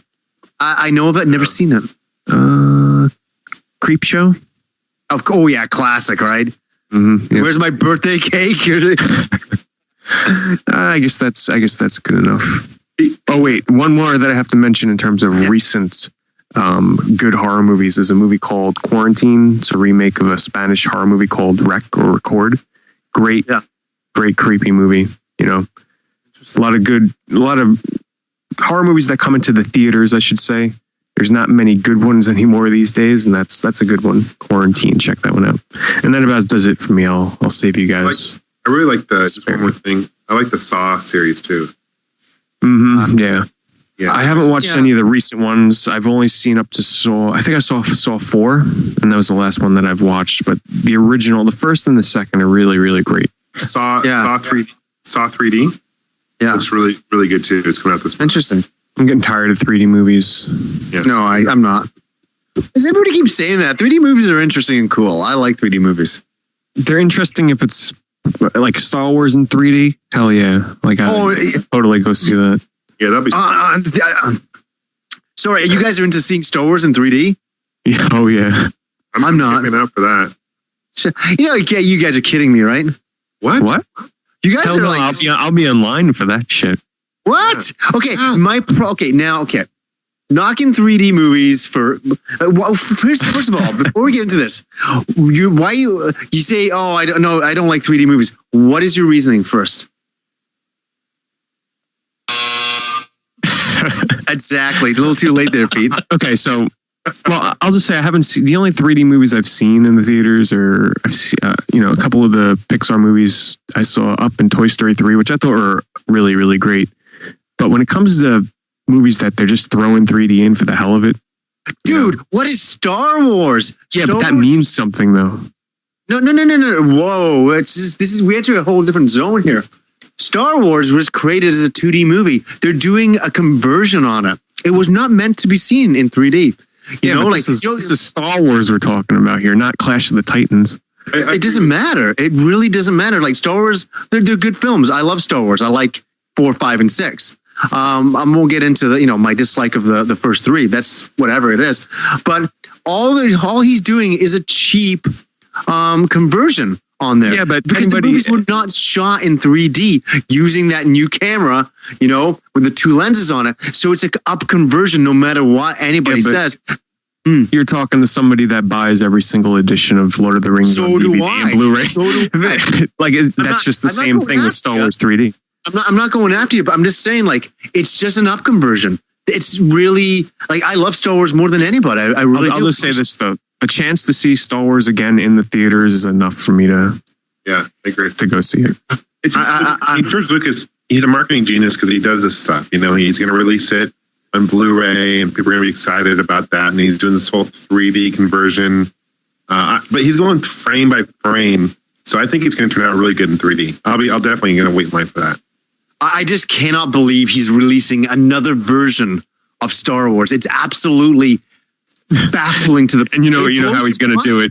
The first ones that come out are going to be the regulars, and then he's going to release the special edition a couple of years from now. You know it you sometimes the reality is he saw Avatar, and whatever anybody thinks about Avatar, if they like the storyline or didn't, the 3D is fucking phenomenal. It doesn't matter if you like the storyline, it doesn't matter. The 3D, because the movie was made to be in 3D. Where George sees this and he's like, oh my God, my his science fiction epic is in his eyes, I believe he feels threatened. And also he's like, oh, I've got to turn mine into 3D. Because he didn't do this years ago. It just came after Avatar came out, honestly. And then he's like, oh, wait, I'm making these all in 3D now. It's just like, come on. The movies weren't even made to be in 3D. I understand adding new effects to them, changing all the goddamn, puppets into CGI. Sure, do it, George. That's fine. Even changing Anakin at the end, which is terrible, but he did that as well. But now adding 3D on, it's just like, I just cannot believe this guy. He just keeps on going. I just the movies weren't meant to be in 3D. They weren't. Am I going to see them? Yes, of course I'm going to see them, and I think I hate it because of that reason. It's just like I'm going to another version of Star Wars. I don't believe it. You and millions of others are going to watch. I know. We'll all complain about it, and why? Go on. This is outrageous. I'm not alone. This is getting past a joke. It's not like I'm some crazy man off left center. How many versions has he released of these movies now? It's beyond reality. Oh, I own crazy all the versions of it on VHS to Laserdisc, right? Yeah, me too. DVD. Yeah, absolutely. So, do you own the Phantom Menace on the Japanese Laserdisc? I own a Phantom Menace Laserdisc. Yeah. Yeah. I imported that. That's how much a big a fan I was. Yeah. It's crazy, but I just couldn't I remember at work we're all talking about it. Oh my God, he's releasing them in 3D. Are you kidding me? It was like we thought it was a joke. I'll tell you how big of a fan I am, Johnny. I own the Ewok movies on Laserdisc. That's pretty cool. I got them on DVD, but I can't believe those are on Laserdisc. That's pretty intense. Yeah, the adventures or with the Battle of Endor, and then yeah, that's cool. That's cool. I'm like, oh, how is he gonna do it? To be honest, because the movies they're not created to be 3D. So what's Jar Jar Binks gonna be like doing his dance on the screen, and he's gonna be in your living room? What reason is there to be in 3D? None of the shots are meant to be 3D. So I want to see Slave Leia in 3D would be sweet. Yeah, I guess. I guess. What would be awesome in 3D though would be the pod racing sequence from episode 1. I can't believe he's putting his entire team on this. They must all hate him. Or the speeder bike scene too, and Return of the Jedi. Speeder bike scene would be sweet. Oh my God. Yeah. It's gonna be The cantina. Of all the scenes in Star Wars movies, I still think the cantina is my absolute favorite, block of 10 minutes in the whole entire series. Well, Pete, pretty soon you'll be living in that canteen. You'll be one with the canteen. You're not going to be watching Jabba's palace. You're going to be in it. You're going to be going down the Sarlacc pit yourself. It's like a virtual reality ride down to the Sarlacc I can't wait. I'll be there. Oh my God. Poor Jason, he's waiting to talk about video games again. So we're not going to let him though. We're going to keep on talking. I think Pete's going to talk about a few more movies on his shelf as well. I'm done. Okay, Jason. You know what's funny is now it's all built up, and I haven't even really played a whole lot of it, but it scared the shit out of me. What game? And we've got a bunch of people out there who are like, why didn't they talk about Fear? Yes. You guys played Fear at all? I haven't. I know of the game though. I have it for PC, and that game just freaks me out. I played probably maybe an hour into it, and then I haven't picked it up. Just too many games, not enough time, type of a thing. But that game is really, really eerie, kind of dark, but it has really cool modeling throughout. Like creatures, you can kind of see them. They almost look like liquid in a way. They're kind of like in liquid form. Or it's kind of blurry, like you can make out that there's something there, but then it vanishes. And it's one of those games where you look forward, turn around, and nothing's there. Then turn back where you're facing, and there's someone right there. Yeah, like throughout the game, it's just very, very freaky, and it just scared the piss out of me. So interesting. If people want to, look, and they have that actually, I believe it's available for 360 and PS3 and all that, and you can pick it up used like super cheap. I'm sure of it because it's kind of an older game or a bit older. There's a second one to that, isn't there? Yeah. Mm-hmm.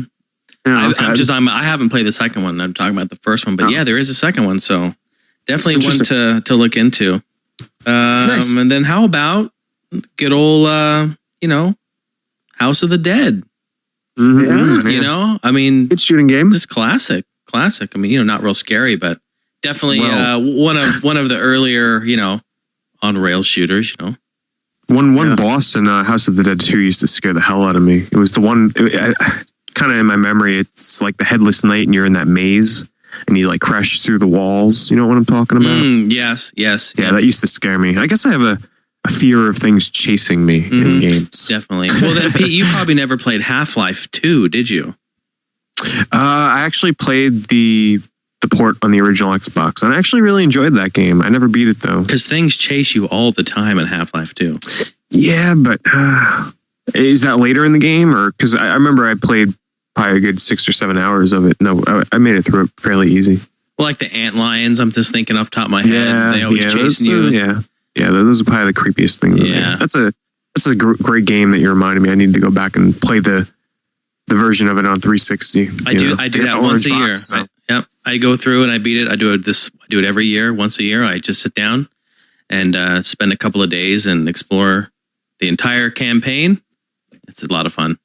But do I have to really play the first one to enjoy the second one? No, and I'm going to say that because I didn't.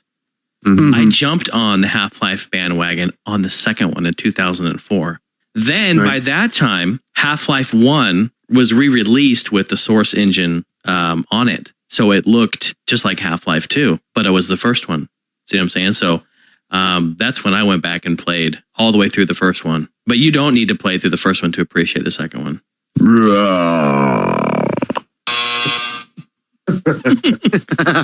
So, guys, this is a section of the show where we talk about games we've been playing recently.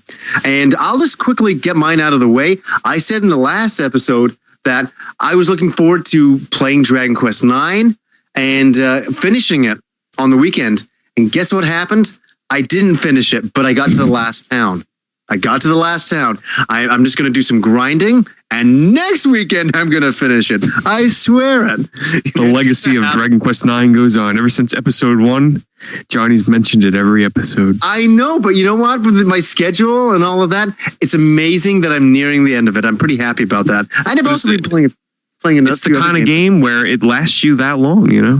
It is. It really is. And not only have I played it single player, I played it like multiplayer with a lot of people. And yeah, it's a great game. And I'm still playing it. So that kind of shows that it's a good game. So sorry, that's what I've been doing. Gamester, what about yourself? I've been pretty busy playing a lot of games. I've been playing Typing the Dead for the Dreamcast, which is a pretty fun game. I know I was with Jason when I got this game. It's called Crazy Taxi 3. Yeah. 3, which is an original Xbox exclusive game. Kind of interesting. I forgot all about the third one. Wow. Yeah, me too. you can play in Vegas or in there's like a stage in New York, and then there's the original stage, and it's crazy. That's awesome. And then let's see what else I've been playing. That Dance Revolution Mario mix. I picked up. Have you guys played that for the GameCube? Mario remix? I've considered if I ever buy a DDR game, that would be the one. It's hysterical. It's all to like Mario's like Nintendo songs. I could totally see myself possibly playing that. That's funny. Yeah. I'm trying to think what else I've been playing. Original Kirby for the NES, kind of gearing up for Epic Yarn. Mm-hmm. I still need to get that. It's out now, by the way. And what else? Oh, I got the new. I'll give you a hint. Boom Shakalaka. He's on fire. NBA Jam. Yes, I bought it, the new one. And nice. I must say, it's pretty cool. He can be Obama. He can be Biden. He can be Palin. There's a whole bunch, Beastie Boys. I really like the gameplay. There's a couple things that I'm kind of disappointed in. You can only choose like between 3 characters, 3 players to 4 players on each team, which is kind of a bummer. I mean, you can unlock more later on. And then it seems like every time they block your shot, it's so frustrating. Every time. Like if the player, the team's in front of you, like 9 out of 10 times they'll block your shot if they jump when you jump. It's crazy. I actually watched your video, amazing video too, showing majority of all the NBA Jam titles up to this point. Oh yeah. By the way. Yeah. But I watched that too after you mentioned that, and like every time you're getting blocked. I was like, dude, what is the deal? You're not kidding. I wanted to show a part where you're actually on fire when you make 3 baskets in a row. And honestly, I played for like 2 hours. I couldn't get on fire. Oh man, it was so frustrating. So, but overall, it's a really good game. I kind of wish you could play online, but I understand now that they're actually releasing a disc format on the PlayStation 2 and 360 now. It's not DLC, which is cool. I guess more money for them. But nice. That's pretty much it. How about you, Pete? What have you been playing? 3 main titles. The first one I did pick up Final Fantasy: The 4 Heroes of Light on the DS. Ooh, along with the strategy guide. Definitely want to hear about that. I actually think you may be interested in this game, Johnny, and really? It has some downsides to it. Like it's not a hand-holding RPG at all. Like I'm telling you, thank God I have the strategy guide, because I would have, if I didn't have the strategy guide, I probably would have gave up on it, and had to go on GameFAQs, because it's one of those RPGs where it's like it gives you a very subtle clue. And, that's it. It's like, okay, you talk to an NPC, they tell you a little thing, and then it's like you kind of got to figure out where to go next. Where it's like you got to wait until day or night time to be in a certain spot. And yeah, it's a pretty hardcore RPG when it comes to that. Not a hand-holding RPG by any means. My favorite part of it actually, so far, would actually be the graphical presentation to it. Amazing graphics. I've read that a lot of people don't care about the graphic direction in this game, but I think it's absolutely awesome. You have to, you look at the videos, and it has this really unique, very colorful art style to it. And also what I'm liking is, well, here's a really weird thing that is a turnoff for a lot of fans, is that the battles are all auto target. So, in most Final Fantasy games where it's like you select attack and then you select the enemy you want to attack, or if you want to cure, you select what party member you want to cure. Not in this game. It's all automated. Really? It goes by like whichever enemy has the lowest HP or whatnot. So when you hit attack with your characters, it automatically selects a target for you. And when you go to use like a big spell or something, same thing. When you go to cure, it automatically cures the lowest HP character. Why doesn't the game just play itself, right? And like, geez. I'll be honest though, it makes the battles a lot faster. That one extra step of not having to select what enemy and what teammate to heal or attack really speeds up the battles, and it's nice. And the crown system, which is really interesting so far. I haven't gotten a lot of crowns, which are basically being able to switch the jobs of your characters. That seems like it's a lot of fun. You get to level up the crowns and give them new abilities. I got the white mage and the black mage, and I flipped through the strategy guide, and there's a lot of interesting classes that you would have never thought playing as a seamstress or some crazy other classes like a musician and stuff. Like they make all these crazy classes that actually have a purpose in the game, and you'd want to use them in your party. There's one called Party Host. And it's as crazy as it sounds, you get to use that in your party. But overall, I'm really enjoying it so far. I'd recommend it for definitely old school turn-based RPG fans. If you're like a Final Fantasy Go ahead. No, so I got a question about the strategy guide. Mm-hmm. And is there like really awesome artwork throughout the strategy guide? Because I might pick up the strategy guide. Let me take a look. I haven't really flipped through the story parts of it for spoiler purposes. Let me see here. Yeah. It actually does have not a lot, but it's got some enemy artwork thrown in there here and there. Yeah. Yeah, there actually is quite a bit in here. Is it worth picking up for the artwork alone? Yeah. Probably not. Okay. But in terms of usefulness, like this is a useful strategy guide. I'll just say that much. Yeah. Well, I'm looking through the back now at bosses and everything. Yeah, it actually has a lot of enemy boss artwork and stuff. So, yeah, possibly worth it. But then again, I did not pay the full price for the book. I only paid like $10. So, yeah. Other than that, I'm really glad that I picked up Enslaved again because last time I mentioned it on the show, I only played it for not even an hour. I'm really glad I picked it back up. The game has turned into a great action adventure title. Really, really impressive environments and graphics. The combat's evolved into a more deeper combat system. The characters are interacting together more and the story is starting to develop. Because when the game first started off, it was actually, I didn't care for it. It was kind of boring. The combat was just very, very basic. But I'll tell you, the game opens up once you get like 2 or 3 hours in. The levels in this game are crazy. The environments are just really epic in scope. And I'm enjoying it a lot so far. I've unlocked a lot of the new combat abilities. And for those that forget, Enslaved is the game where you play as that guy. He's named Monkey, and he has that big pole, and he has for his weapon, and he has that girl Trip with him. Sort of like one of those team-based action adventure games, and it has really nice story to it, nice character development. I'm enjoying it. I'm kind of close to the end of the game. There's 14 chapters. I just made it to chapter 10. So I'd recommend that. Maybe a rental if you're concerned about beating the game too fast. And the last thing I played and downloaded was Sonic 4. I'll just say it's not the best. It's not the best of the, I guess I should say, old school 2D side-scrolling Sonic games. Really? I would rank it below Sonic 1, 2, and 3. But I'll say this: it's definitely worthy of the 4 in its title because it borrows a lot. It borrows heavily. I mean, it would make sense, but it borrows heavily from especially Sonic 1 and 2. Right down to the bosses. Like when you fight the bosses in the game, they feel very similar to the original bosses in terms of their attack patterns and everything. The one thing that I am still trying to get used to in the game, and it's been a lot of people's complaints, is that Sonic is very sluggish to start with. He moves very slow. It takes him quite a bit of time to build momentum and start running fast. But other than that, it's definitely a great game. Like I said, worthy of the 4 in its title. The soundtrack is kind of mixed. Some tracks are some of my favorite in the Sonic series, and some of them are just absolutely terrible. Level design is classic. It's got that classic Sonic feel to it where, say the casino night zone, how that zone was characterized by not a lot of enemies and more of, hitting the jackpots and everything. Well, same thing repeats in this. There's not a lot of enemies in the casino themed level in Sonic 4. There's only 12, there's four acts and 12 stages. So basically it's a really short game. You can beat it in a day, no problem. Is it worth a purchase? I'd definitely say so for Sonic fans.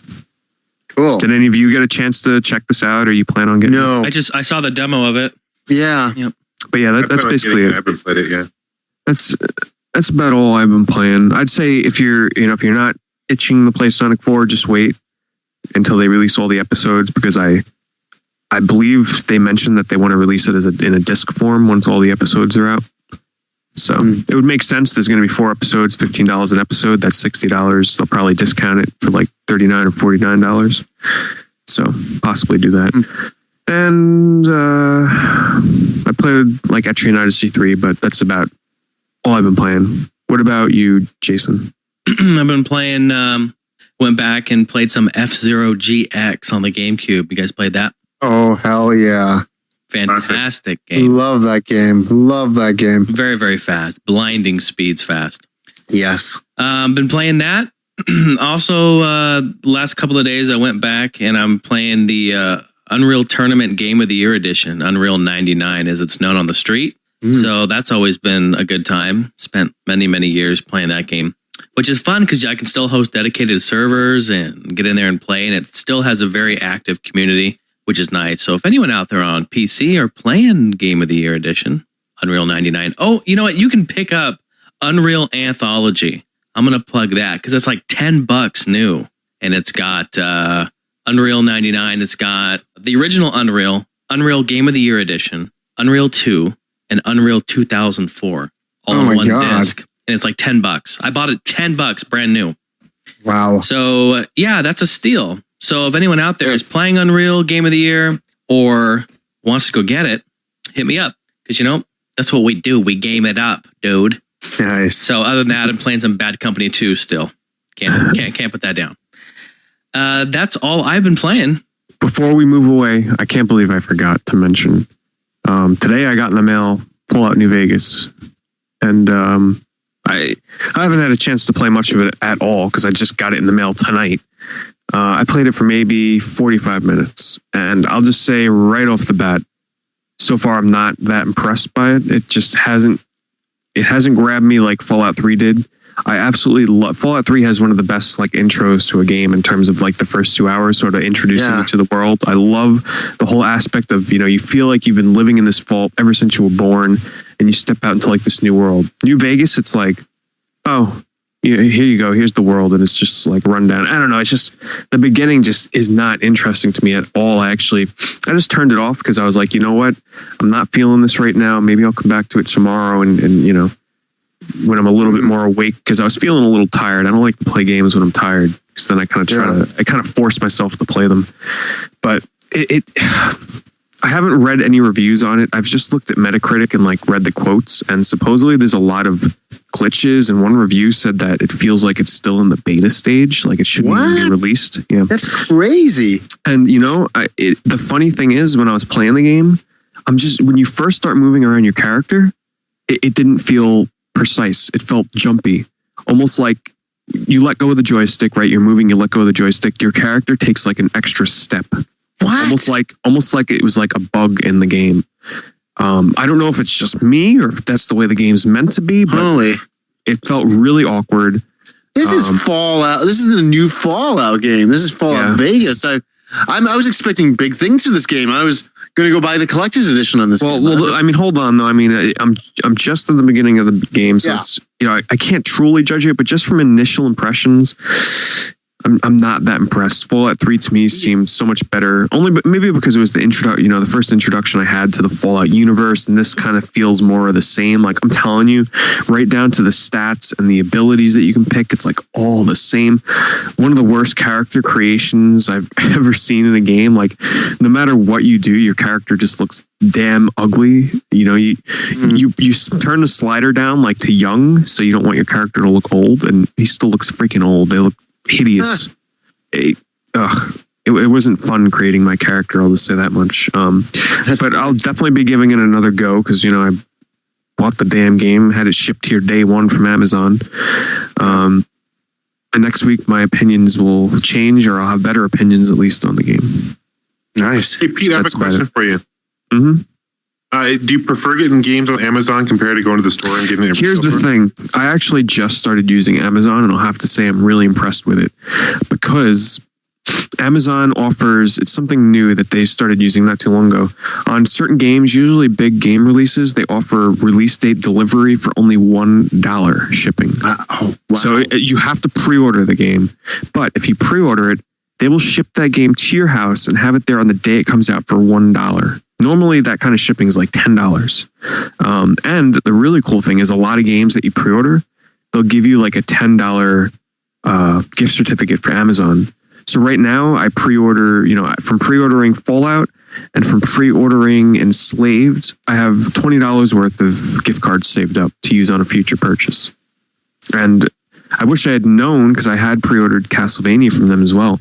They were doing a promotion where you got a $20 gift card for pre-ordering Castlevania, which is crazy. Wow. Yeah. Isn't that awesome? Are you paying state taxes on that? You do pay taxes, as well. Yeah, you do pay tax. However, I kind of think it's more convenience, Who doesn't want to come home? I come home from college, because I have college on Tuesdays when most of the new game releases come out. I get home late and it's like, who doesn't want to have a game just sitting there waiting for you, without even having to go out to the stores? I think it's pretty awesome. My last question about that is that obviously that's a thing in the States to get. How much did all the shipping on that cost you for Fallout Vegas to be shipped to your place? Never mind the price of the game, just the shipping and tax and all that. How much? Well, that's what I mean. The release date delivery is $1. No. Yeah. It's $1. It's $1. That's like everything. Yeah. Unbelievable. Here's the stupid thing. They offer, it's only for pre-order, so you have to pre-order the game ahead of time. But they have shipping, it's like 2 to 3 day shipping is like $4. And then they have like express shipping, $10. And then it's like release date delivery, $1. I'm like, no brainer right there. And it's an unbelievable deal. It never used to be like that. You used to have to be an Amazon Prime member to get that. But now they offer it to everybody. Amazon Prime members get it for free release date delivery. And everybody gets it for $1 now. So yeah, I do pay tax, but then the shipping's only $1. And then I get the gift cards on top of it. So I'm just saving up my gift cards. I'm going to save up $50, $60 worth. And then, when a new game comes out, hell, it's like getting a free game. Wow. So like buy 6, get 1 free pretty much. Pretty much. And well, here's the thing. They don't offer the release date delivery on all games, unfortunately. Like they didn't do it for Kirby, or else they'd have that right now. But still, they offer it on enough games to make it worthwhile to use Amazon. So I think from now on, if Amazon offers release date delivery, or if they offer a $10 and $20 gift card, I'm buying from them. You definitely. Yeah, that makes total sense. Yeah. It's wild. Don't see why you wouldn't. Podcast brought to you by Amazon. Yeah, right. Sponsored by Amazon. Pay for the plug. No, it's awesome though. I'm happy I gave it a chance. So guys, this is the point in the show where we actually answer your questions. Now, this is a new segment for us in the fact that people are now sending in audio questions to us. So guys, you can actually send your questions to contact@allgengamers.com. And the very first question we have is from Oliver, also known as InvidNinja92 on YouTube. And what's really cool is that we're going to answer his question, and we actually are going to have him on the next show because we thought his question was really good. And I've known him for a long time, and I think he'll make a really interesting person to have on the next episode of the show. So anyways, Jason, roll the question. Hey, all you guys at All Gen Gamers, InvidNinja here. I just thought I'd ask a quick question your way for the next show. I just thought I'd ask, what would you consider your ultimate gaming guilty pleasure? This being a game that you really, really love, even though you know at heart that it is not a good game at all. If I was to give a modern example, I would probably give Soldier of Fortune Payback for it being the most xenophobic, ridiculous, jingoistic first-person shooter probably released this generation, but I can't help but adore it because it's so incredibly bone idle and stupid. But that's enough for me. I hope you guys are able to answer this question. It'll be great to hear back from you. See you around, guys. Oh, that's a good question. That is a good question. So I think what he's saying is a guilty pleasure that we enjoy playing, but deep down we know isn't really the greatest game. So I guess I'll just start us off and pass it on to you guys. Is that I thought about this and I had to go into the games room and I was looking at all the games and I'm like, man, there's a lot of bad games that we've all played, right? That that we actually really enjoy. So I looked and I really, one stood out for me. It was Burning Fight on the Neo Geo. Now, for anybody who doesn't know this game, it's a game that looks, plays like Streets of Rage.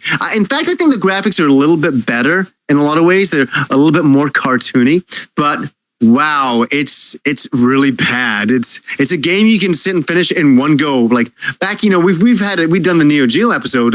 That machine was so expensive, and video, cartridges for it were like $250 to buy. So I feel sorry for anybody who bought that game, and spent $250 on it because you'd bring it home and beat it in half an hour. And it's a guilty pleasure because me and my friends would always play it. And we liked it, but we knew it was a really bad game. It was just really funny, actually. It was funny that one really stood out for me, that, Burning Fight on the Neo Geo, not so hot. Johnny, real quick, wasn't Burning Fight kind of SNK's answer to like Capcom's Final Fight? It was definitely. You know what? thank you for bringing that up that way. It absolutely is. I kind of said it was kind of like Streets of Rage, but you're right. It was the answer to Final Fight on the Neo Geo, and it just missed the mark. Final Fight was very polished. It was a very good fighting game, where this was not so much, but it had a couple of kind of cool moves. Good job. What was that? Pete was Good work, he was Pete. abducted by aliens. Can you guys hear me? Yeah, I can hear you now. Okay. I didn't. What did it sound like? What did you hear? It sounded like a It person. sounded like aliens were coming The down, tractor beat. Yeah, naked aliens. yeah, naked. I thought I could do like a little bit of a ninja kind of mic switch there because Not so much. I wasn't No, using my no. snowball. Don't try to defend the aliens. We know they were actually there. They brainwashed you. Yeah, but anyways, getting back to it. Yeah, you're right. Damn, I was so into that question. I don't think I can get back to it. Okay. Yes, Gamester, you are correct. All right, Pete, on to you. What's yours? Well, the first one that came to mind, I haven't played this game in, probably almost since it came out. But that's South Park 64 for the N64. First of all, have any of you played this game before? I have, Oh, yeah. yes. It's like a first-person shooter, isn't it? Yeah, it's good. Yeah. Jeez. Yeah, that one. I remember that. I mean, I look back on it now, and by design, it's an absolutely terrible game. Like you guys said, it's a first-person shooter set in the South Park world. But at the time, I was heavily in the South Park, and this was back then the best thing you can get in terms of South Park in video game form. But I used to play this nonstop. The multiplayer, it was like a terrible ripoff. Not a ripoff, but it was a terrible clone of GoldenEye. And I look at it now, the gameplay was just terrible. Terrible fog. You can barely see in front of you. And I still played it for a couple, hours at a time with my friends, and I played through the single player. I haven't played it at all recently because I just could not see myself playing that game in this day and age. But that's just one that, as bad as it was as a kid, I was able to appreciate it. It's funny. What's funny about that, Pete, is that's one of those games that you wanted to like, wasn't it? You see, I was going to bring up a point before too when you were talking about Burning Fight. How much did you pay for your cart? Did you pay $250? Oh, I paid. What was wonderful, I got it. I think I got it for like $25. See, like a good point to bring up too is like when you spend $80 on a game, even today, are you kind of like, is that price kind of almost forcing you to try and like the game more than you normally would if you had got the game for $5? I think so. I think you try and justify your purchase a little bit. Would you guys agree? I would have agreed with you in the past when I was younger, when I couldn't afford that many games. But I think the problem is now I can, I'm not saying anything, but I can afford a lot of the newer games, and so it doesn't really bother me if I don't finish a game. Now I can kind of let it go. When I was a kid, it was like I got a game once every 4 months, and I had to really get my money's worth out of it. That kind of reminds me of when I begged my parents for Balls 3D, that fighting game on the Genesis. Yeah. And I got the 3DO port recently, but that game back then was like $90. And I just remember looking at the back box of that game and looking at the graphics and like, wow, this game is in 3D.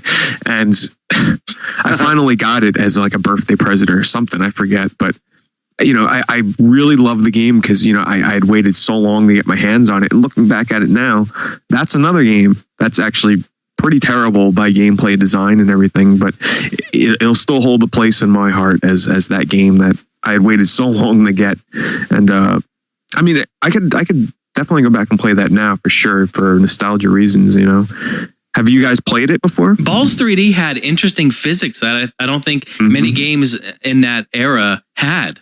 Okay. But the unique feature about it was that instead of being on a flat plane, like say Street Fighter, you can actually go into the foreground and the background. You can kind of move on this 3D plane while you were fighting. So think the way that what's a good example? I think the way a Soul Calibur game would kind of play, I guess, only a little more restrictive where the camera can be placed, which back then was really impressive. I mean, I was totally into it looked 3D to me, It's cool. Mm-hmm. where the graphics are kind of primitive, whereas today it would be sort of like a tech demo. The early building blocks of character models in a game, like very primitive.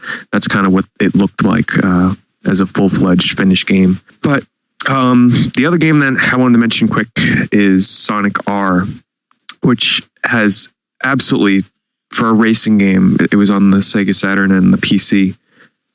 Absolutely abysmal controls. I did a review of this game, and I enjoy it, knowing that it's totally, I guess you can say, it feels unfinished in a lot of respects, only because the controls are just that bad. Anybody that's played the game knows this.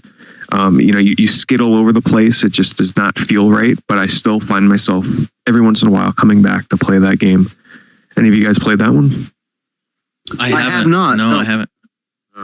You're not missing out on much, though. Honestly, it would only please Sonic fans. I'll just say that much, But yeah, that would about do it for me.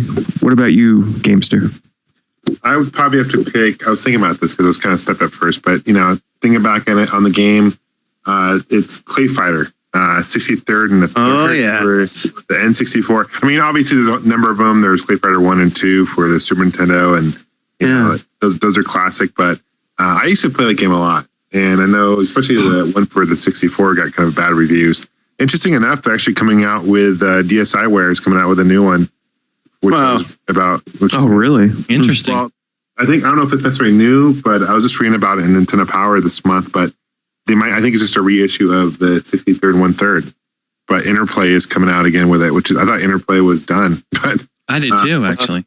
Yeah, kind of interesting. But I remember playing the game a lot, and the graphics were fun. They're bringing out who's going to be in there. That Earthworm Jim is going to be one of the playable characters in it, which is kind of cool. Oh, that's a good idea. Sweet, yeah.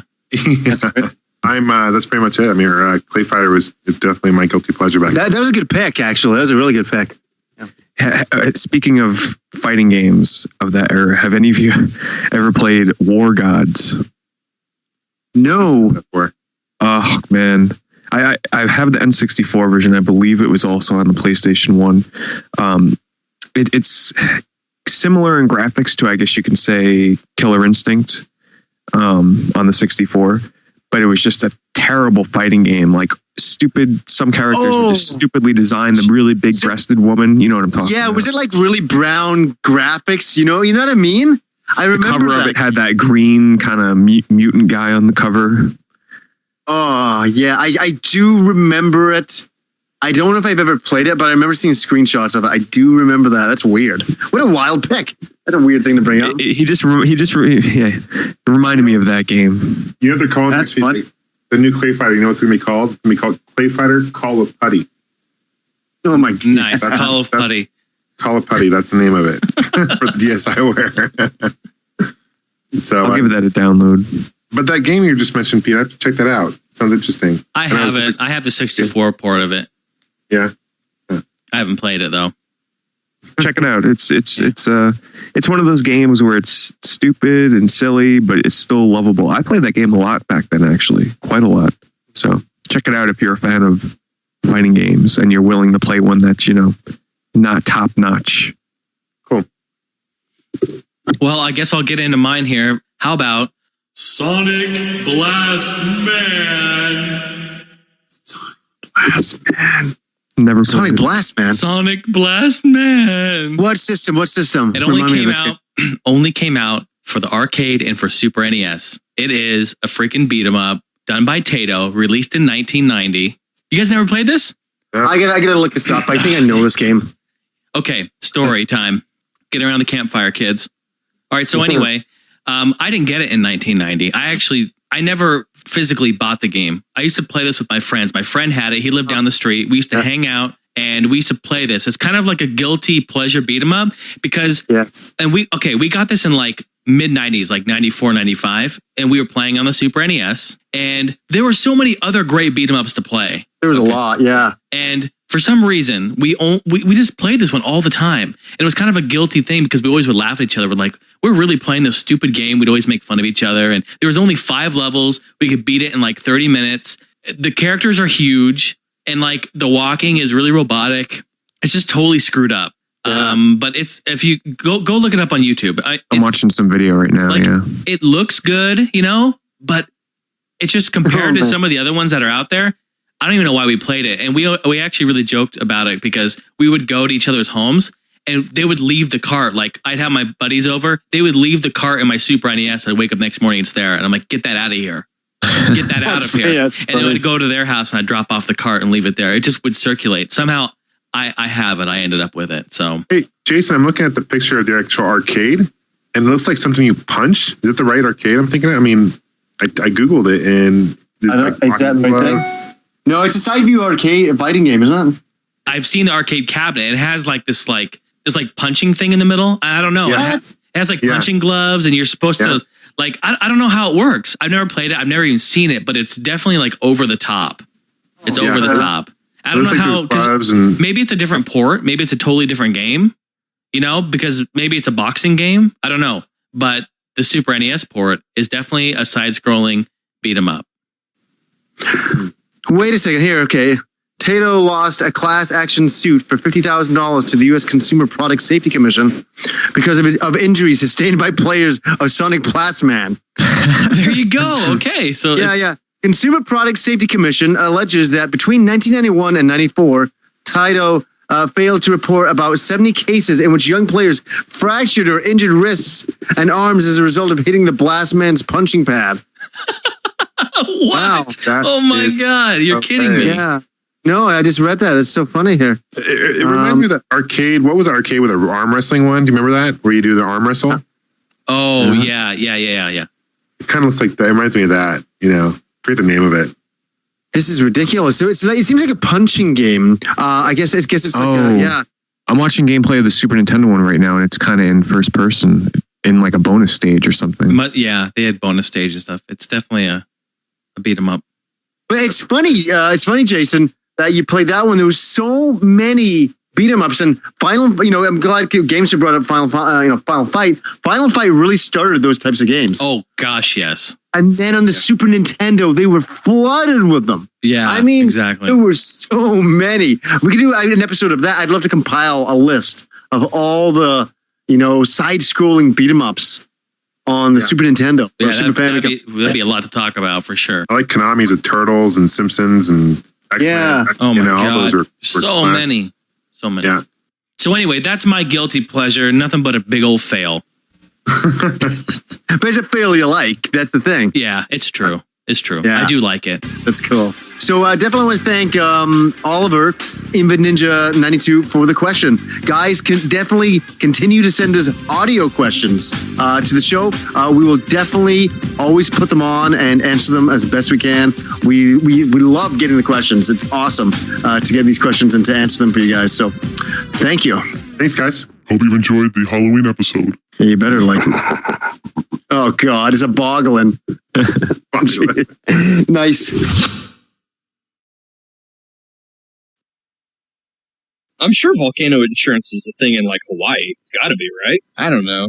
I mean, if your house is built next to an active volcano, it's not really insurance. It's just wind. You get up, you smell burnt toast. Oh, wait, no, that's my couch because there's lava flowing through the living room. Oh, I better call the insurance company. You'll be late getting to work today, boss. That volcano went off again. That's the second time this week. I've been trying to move. Hard to sell a house when it's on fire.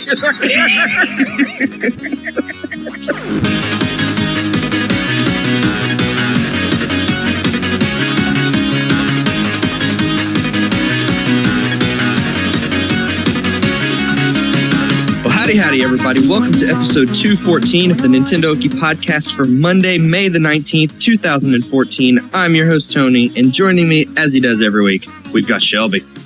Yo! That's all you got this week? I saw a rhinoceros eating dirt today. What? What? What'd you do? I played catch in the backyard with Jake. Well, you don't like rhinoceros eating dirt? Fine. I saw giraffes eating sticks. You must have went to the zoo. Times are tough at the zoo, man. And cutbacks. Everyone's feeling it. What'd you go to the zoo for? I don't know. That's where the animals are. Just cuz? Yeah, why not? It was a nice day. I did that a couple weeks ago. Oh, yeah? Yeah. What were the rhinos eating then? I think they were still eating dirt. Were they still dirt? Yeah. Turns out rhinos like dirt. Who knew? And I think one of the giraffes was eating a little kid. Whoa. Gets dark. I don't know. They were up. When I went, they were up. You know that observation tower out there? They were up standing there, and they were taking food out of people's hands. So I assume one of them... Yeah, there's a sign right there that says do not feed the giraffes. Well, they were feeding the giraffes anyway. Well, you know what? They shouldn't be. No. I had a stroller, so I didn't go up there and try to feed the giraffes. What is clicking? What is going on? Somebody's like moving a microphone. Not me. What is that noise? Not me. What's going on? Must be Micah. Not me. Hey, Micah, what's going on? How's it going? Not too bad. I'm eating animal crackers. That's the sound, Shelby. Speaking of rhinos eating dirt. No. Not animal crackers. It's something like something rubbing on a table or something bouncing. I think it's you, Tony. I'm clean, dude. It's got to be me. It's always me. Well, stop it. It's going worse. Move your microphone or something. It's bugging me. I can't do anything. Grab your mic and... What? I'm not actually touching anything. Well, no, I know, but sometimes your mic is just weird. Just move it a little bit. Like, grab the mic and just twist it. There. I've moved it. Okay. That's the sound. This right here? Yeah, I know what it is. Yeah, that's me moving the mic. When I hear the thing, your little thing lights up on Skype. I ain't a fool. I'm not a dirt-eating rhinoceros, dude. Come on. Skype is giving me away. And I guess we should introduce the fourth member of the show. You've heard his voice before. It's not Ethan, though he's made a regular appearance every week. We got Shannon back on the show. I am here to disprove the theory that Micah and I are the same person. Well, we can't see both of you at the same time. We're both going to talk at the same time. Micah, you ready? Oh, man. And now for my next trick, I'm going to drink water while doing an impression of Micah.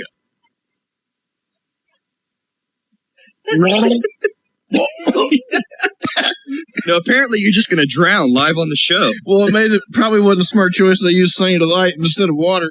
Yeah, that's not a good idea. It burns. Oh, gosh.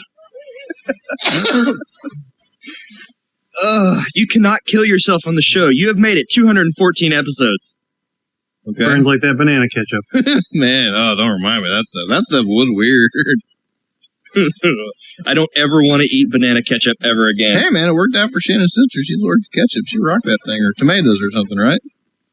Yeah, she's allergic to tomatoes. Yeah, that's awesome. Well, we've got the regular crew back. It's a weird feeling. Is it? Definitely. It's been like a half. It's been a long time since we've had the four of us on a show together. Like an old shoe. Glove. I thought it was a glove. Wait. I forgot. We established this once. Well, let's not try to get our metaphors all mixed up. Let's stop talking about this and start talking about some of the games we've been playing. They've got a power and a force that you've never seen before.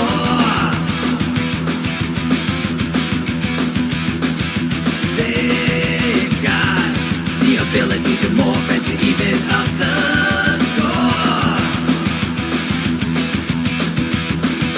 No one can ever take them down. The power lies on their side.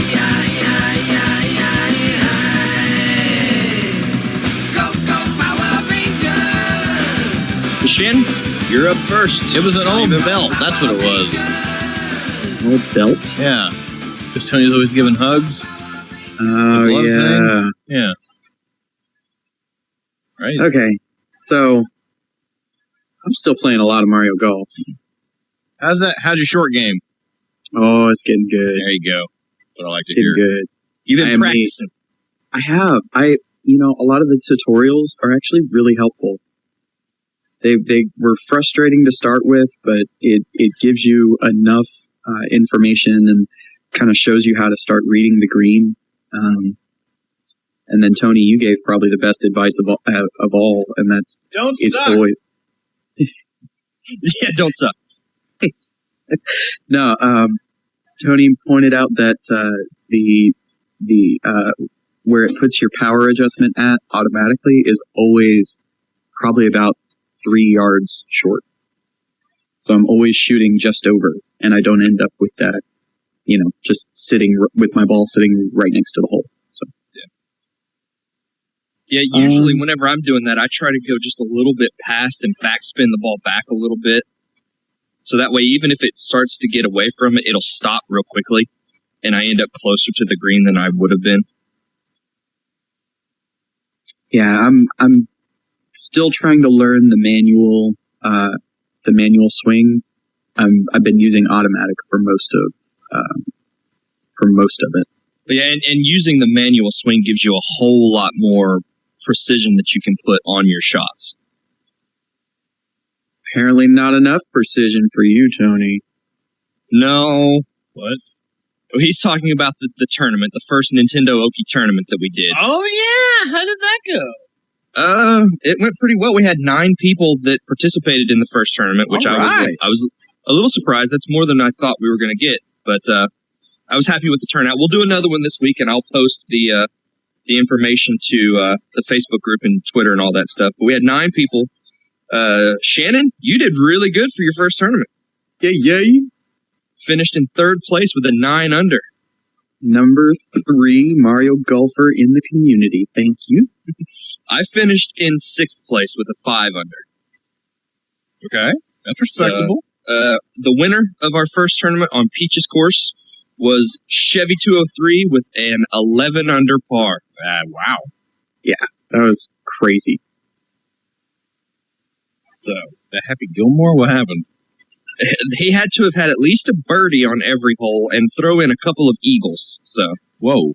Happy Lynn. What? Why'd you start talking about birds all of a sudden?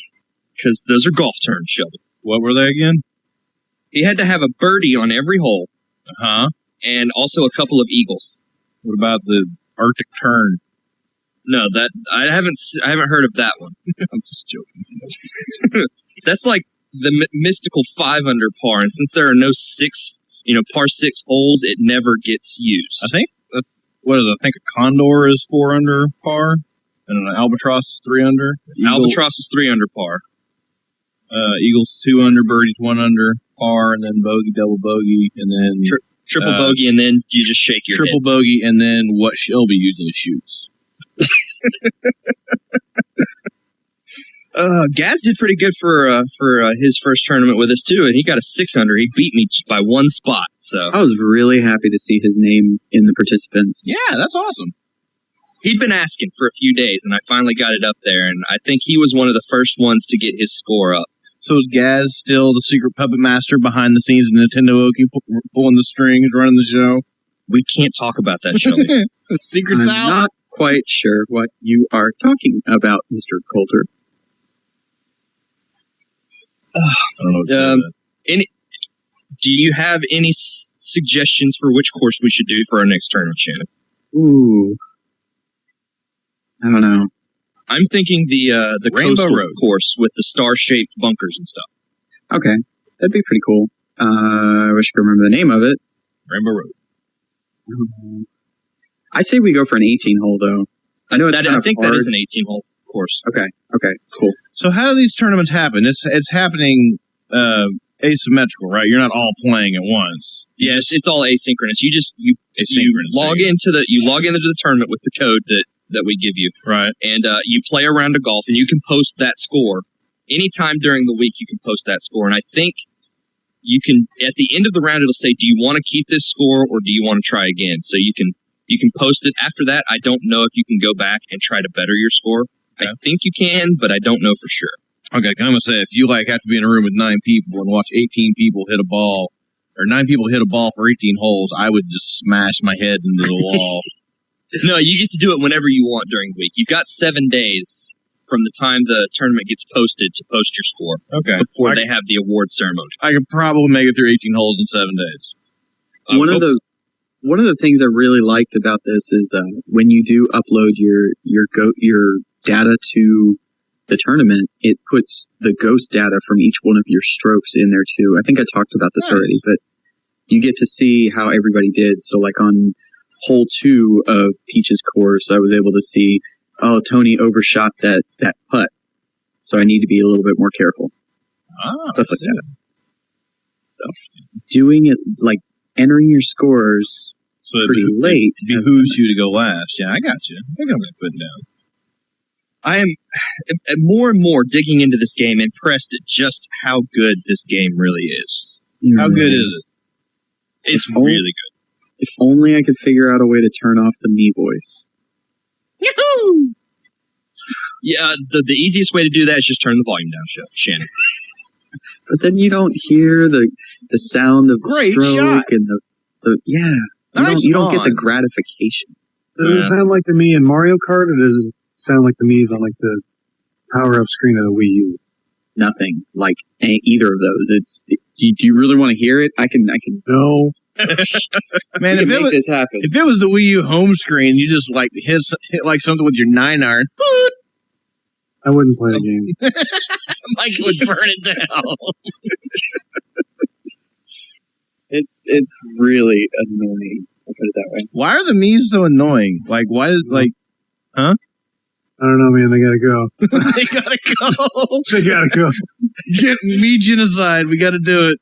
That me flaws on Wii U, man. I can't take it. What if when you created your Mii, you could go in and put your own sound effects for your Mii in there? That would be so much better and simultaneously so much worse. Yeah. I'm looking forward to Tomodachi Life, where you can actually change the voice of the character. I would just hold an air horn up. Yeah, but the Tomodachi Life characters all just sound like, the Windows text-to-speech. Hello, I am a digital representation of you. Dude, I would take that any day over the Wii U meatballs.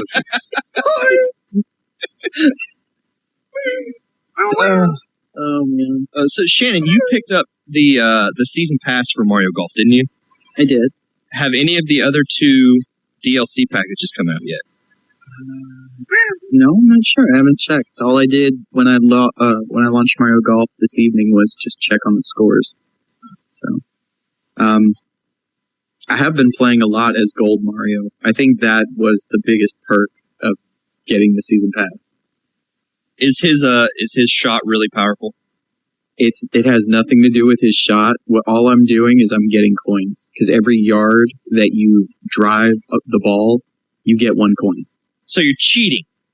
I'm not cheating. I'm taking advantage of. You're rife and bargaining your golf score. Mario Golf. Getting out of hand, dude. You got a problem. First step is admitting it. Second step is teaching me how to do it. Oh man! Third step is profit. You're gonna have so much. You're gonna be able to buy everything in the shop so quickly. That is the goal. Gonna get an albatross on that golf tee set, new golf club. I don't even like. I'm glad that what else my trade thought. I don't even really care too much about my handicap right now. All I'm doing is I'm going in and. What is your handicap right now? I think it's like a plus 18 or something, and that's just great. All I'm doing is I'm going in with Gold Mario and driving the ball the complete opposite direction of of the hole, like all the way down the fairway, all the way back, all the way down the fairway, all the way back. What are you doing, Shannon? Then once I finish the course, I've got like a plus 64, and I got 20,000 coins or something. So okay, you are taking your digital game device called a 3DS, and basically it's from tee off, you're hitting it towards the stinking gift shop or something, and then you're hitting it all the way up to the hole, and then you turn around and hit it back to the tee, and you do this like 6 times. How did it even cross your mind to do this? It's money, Shelby.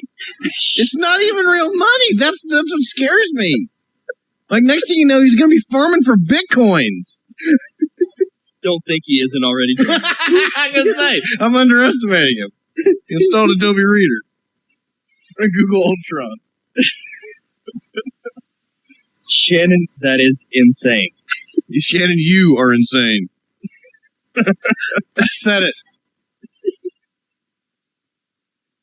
I think Nintendo, once they hear this, they're going to find a way to delete Mario Golf. Listen to him. This is his evil mastermind laugh. I can't do it. That was a bad one. The other thing is, any of those the open tournaments, like the ones that you can enter along with the rest of the world. Yeah. Just participating gives you 1,000 coins, which is great. So you're going into a tournament, doing that, and getting an extra 1,000 coins on top of it. Are you signing up for tournaments and instantly backing out of them and still getting credit for it? No, you don't get credit until the scores post. Okay. Yeah, your coins just for what you play, you get at the end of whatever you just played. But when I'm going into the tournaments, I'm trying to at least win, because first prize is usually like some ridiculous number of coins or a special item or something. So I don't care what my online record is. I got 43,000 coins for this tournament. Well, my handicap's 16,000, but man, I got all the gear. Check out these shoes. Take 2 off my short game. Get an extra 1,500 yards on an iron. 1,500 yards, jeez. That's a long hole. I don't understand golf, okay? I'm sorry. I just avoid the chain jump and toadstool tour. That's all I know. So yeah, that's been my Mario Golf experience for the week. So you're not playing the game the right way. I'm worried about you, Shannon. I am playing the game the right way. I'm playing the game the true way. I don't know what this says about you as a person. It's kind of scary. I think when Nintendo made this game, they intended you to actually try to get a low score on the holes, even if you're playing with Gold Mario. And tend to score when it matters for my reputation with this community, but I also have a reputation to uphold as Shannon Reifenberg, deal hunter extraordinaire. That sounds like the kind of excuse an addict would say at an intervention. I can quit if I want to. I just don't want to. Could you put Lauren on the call? No, she's asleep. Asleep, or she's secretly setting up your golf intervention? He's got her playing the game right now. Farming coins, hitting the ball back and forth out of a sand trap. And then when Travis can hold a 3DS, he's going to be playing the game too. I'm going to buy him a 2DS. Have a Mario Golf coin farming racket. For a single-player game that once you get all the coins, what are you going to do? I don't care. I need the coins. I'm going to buy all the pants. That's what I'm going to do. I miss having you on, Chen. That was good. Oh, man. This is therapy. That is both insane and genius at the same time. Insane in the membrane. Oh, man. So, other than Mario Golf, you guys remember when I backed that Kickstarter for the Destroy All Presets Nano Loop album? Yeah, Dr. Robotnik. No, Dr. something. Dr. Popular. Popular, yeah. The plan, I have music.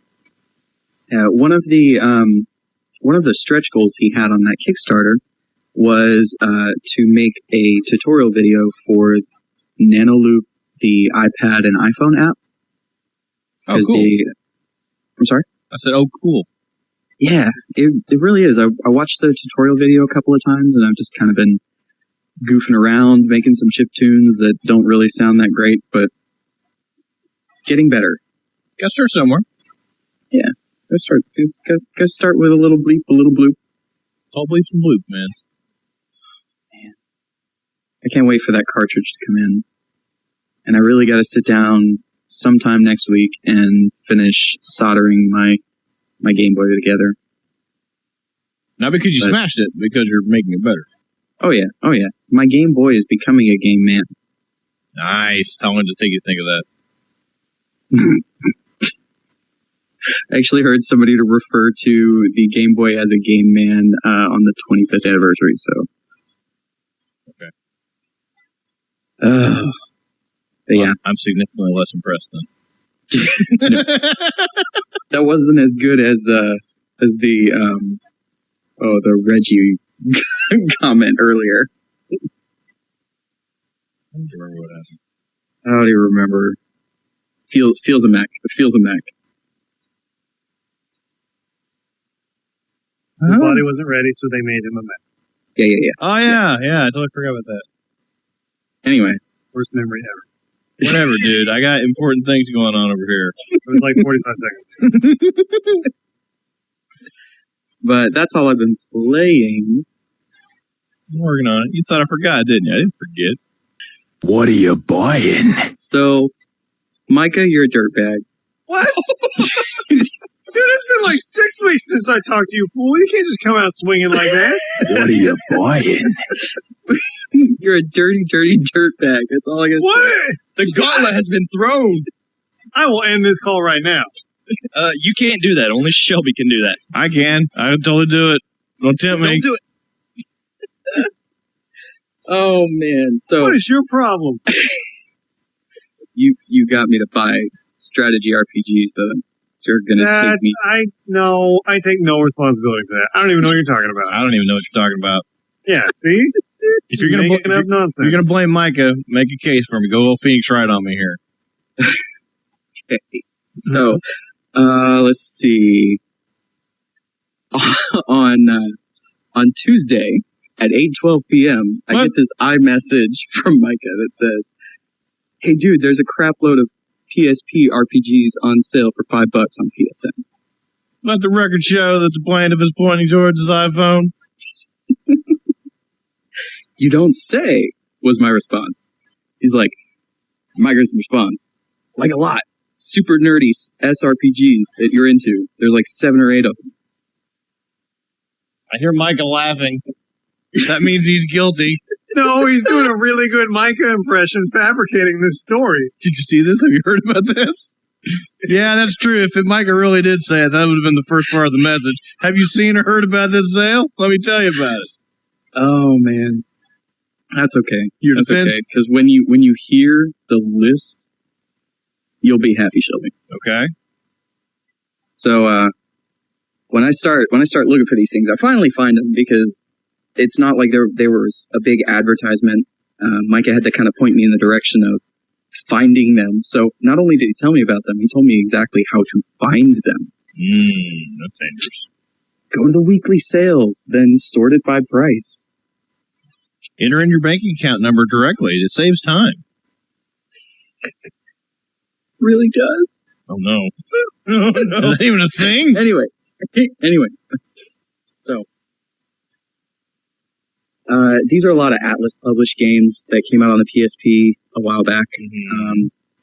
Riviera the Promised Land was originally a Game Boy Advance game that I played a lot back on my Game Boy Micro. So that was $5. I was like, I wonder what the difference is between the PSP version and the GBA version I played. Probably no difference at all. I better play it for 80 hours to find out. Exactly. Now you're thinking like me. No, if I was thinking about you, I'd somehow figure out a way to get somebody to pay me to play it. Gosh. If only. There's got to be a way, right? And some people figure it out. So there's also one called Gungunner. Micah? I don't know. I don't know how to pronounce it. Micah? It's probably all of those. Okay, fair enough. It's just Gungnir. It's another strategy RPG game, from what I've gathered, kind of in the vein of Disgaea. So that one was on there as well. And then I keep scrolling and I run across a little Persona game. Persona 1 for PSP. Okay. $5. Okay. So I add that to the cart. Okay. Persona 2, Innocent Sin. The PSP remake. Yeah. Those games are like 300 hours long. Don't tell me that. Like why would I do that to somebody? Like I've tried to get through Innocent Sin. While fun, it is an old school JRPG PlayStation grind fest. Yeah, and then I added Persona 3 Portable. And now you're talking. That's what you need. Yeah, start there. More like that, please. Yes. Nothing against the other Persona games. They're good, but man, P3P. Oh yeah, and then good prices. I'm very thankful, Micah. Thank you, sir. Mm-hmm. Why would you be download accepting Skullgirls. thanks unless you were participating in this, Micah? Yeah, I didn't accept it. I don't know. I'm pretty sure it sounded like you were accepting. No. You said, That was me just going, no. I recorded it. We can go back and prove you went, You're welcome would be acknowledging the thank you. No. You don't think that much. Don't think your case holds water. Kind of a hung jury on this one. Hey, I'm the judge here. I'm not the fucking lawyer. You're the defense. Shannon, think you owe me an apology? Okay, you're not a dirty dirtbag. Thank you. But you did probably give me about 1,000 hours worth of games that I'm never really going to finish. Yeah, I just said no to all those. But when you say super nerdy strategy RPGs that I'm into, Well, that's what you're into. I know. That's your fault for having super nerdy SRPG taste. Yeah. I'm not compatible with those. Those aren't for me. Those are definitely your thing. Dude, I hate to get in on the news, but they totally announced Disgaea 4 coming to the Vita. Good. Anyway, so now that I've got all these new strategy RPG games that are all on the PSP, Yeah. I bought a PSP Go today. Oh, really? How can you blame that one on Micah? Can you not play all your PSP stuff on the Vita you already own? Is he weeping or is he laughing? I can't tell. Oh no! What are you doing, man? What are you doing? What have you become? Look at yourself Are in they the not mirror. compatible with the Vita? They are. You just want to carry 9 devices on you? Is this about the battery life? Is that what this is? When one runs down, you just go to the other one? With PlayStation Plus, it loads that save right into the cloud. So Oh my gosh, this is about battery life, isn't it? No. I've been looking for a PSP that I can use for homebrew purposes. I think we've had this conversation already because I really want to be able to play some games that are for some other old systems on the go. So, but yeah, found a PSP Go for $30. So. Nice. And that's They need to pick up some UMD movies. You can't put UMD movies in a PSP Go. You shouldn't be buying UMD movies in the first place. That was a test. You passed, Tony. Good job. But yeah, so I'm really embracing this digital future, and I don't really know how it happened. I don't know. I don't know if I should blame Micah or if I should just blame Sony. Yeah, it's blame Micah. It's easy. Why stick with what works, man? Yeah. It feels really weird. Like I won't buy Project Diva F because it's digital only. But I just bought all these other Persona games. Exactly. Don't know how I feel about this now. I don't know. What's happened? Like you're weeping, dude. What is going on? I'm caught in such a dilemma because I never expected to be buying digital games, and I think PlayStation Plus is really what pushed me over the edge, is having all of these games just readily available on my system without having to swap discs. And then having all of these sales, it's just... First one's always free. Oh. Sony's a pusher of digital content. Yep.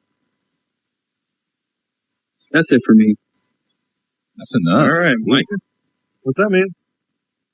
What have you been playing, sir? I played a lot of Game & Wario. Still think that's the best multiplayer experience on the Wii U. Heard that's pretty good. Yep. That game is good. For the life of me, I do not know how to get somebody to guess halibut. I know, right? How is that ever going to work? I don't know. I just gave up on the go-round.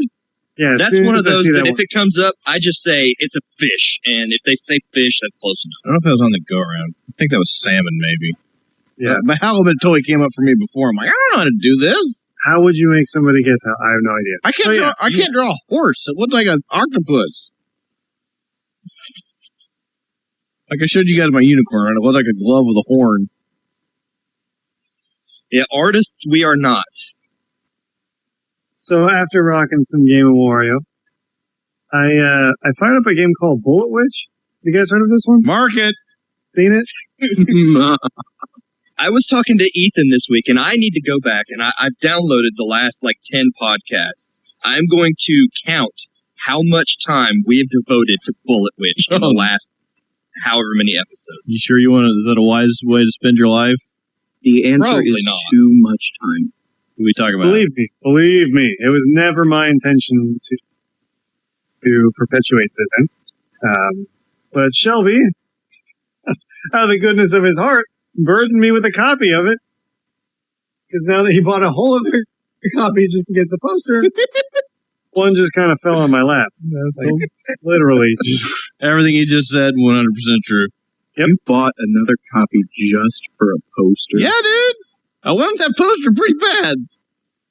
That poster better be hanging on your wall when I come. No, it's in the box where it's going to spend the rest of eternity where it belongs. My gosh. Yeah, dude. Dude, I don't want to hear it. You're buying PlayStation games you're never going to play, and they're digital. I don't know what you're talking about. What you just spoke of moments ago. Wait, who are you guys? Where? All right, guys. This terrible memories. This ain't working out. Maybe we should just all part ways. I think it's time to admit that this thing ain't going nowhere. 214 in. This is it. I think it's just better if we all just go our separate ways. Line has been drawn. So Bullet Witch, guys. Bullet Witch. All right. I don't know why we're giving this game so much airtime. Do you? Don't you, though? I am sticking a fork in it tonight. It ends. It is done. That game is a train wreck. I can see how Shelby and Ethan, maybe in a humorous way, can see this as a beautiful train wreck. I suppose I can see the value in this game. Oh, man. I played it for 45 minutes. I don't think that's ever leaving the shelf now, man. Oh, come on. Wow. Dude, I don't know. You're going to have to tell me something else, because what I saw... All right, describe to me experience. What happened? I don't know. You turn it on, and the world's in just complete chaos and turmoil. And it has, this command prompt old computer, and it's 2007... the world has been diseased. 2008, there's an earthquake or something. And it goes up to all these catastrophes up to 2013. And then I'm just in this neighborhood in what seems like San Francisco. And then there's these monsters just capping all these old people. That's not explained at all. I have no idea what's happening. There's these military zombie dudes that have this second head coming out of their shoulder, just shooting down grandparents, man. It's totally inappropriate. And then they just start talking all this mess to these guys, and then they're like, oh, you want a piece of this, Grandma? And then they turn around, and then me, the Bullet Witch, is just there behind them, and they're like, oh, we'll give you some of this. And then next thing I know, I'm just walking around this town shooting these dudes for an hour. Yeah, dude. And then there's all these just barriers. Yeah? Walnut heads. Okay, her force push is pretty cool. Force push, that's legit. Yeah, you push the car. When she does her lightning and blows up a tank, that's pretty good. Come on, dude. Yeah, like I say, there are So you see it now. I see how it could be. You're seeing it. There are good ideas in that game, but it is not a smooth, pretty, elegant, or fun game. Let me put it this way: when you hit the 10-hour mark, and you can make it rain meteorites from the sky. You will never get me to put 10 hours in a Bullet Witch. I will put you in a chair. You will watch me put 10 hours in Bullet Witch. That's 2 months of gaming time for me, dude. This Bullet Witch. You need to experience I'm not going to dedicate 2 months to Bullet Witch. They don't teach you about Bullet Witch in school. You just have to experience it. Man. You brought it up now. We had a legitimate reason to talk about Bullet Witch on the show. No, save it. We'll bring it up again later. Okay. No, I'm just joking. Bring it up. Because Xseed, has announced that Bullet Witch is available for download on the Xbox 360 Games on Demand service. It's happening. Wow. Bullet Witch 2 is coming. Dude, there is high demand for games on the demand Bullet Witch. I feel like It's 1999. XSeed's going to get their money worth buying this one. So Atari put this out before, so I guess XSeed just bought the rights to redistribute it now. Now, what would be great is if XSeed redid the game and actually did like new voiceovers and actually put, their own translation on there. Now that I would give a chance. Like when Bullet Witch Axis HD? redid Muramasa. Well, I don't know about like remaking the game, but retranslating it like when Muramasa on the Vita was redone. That was a much better translation.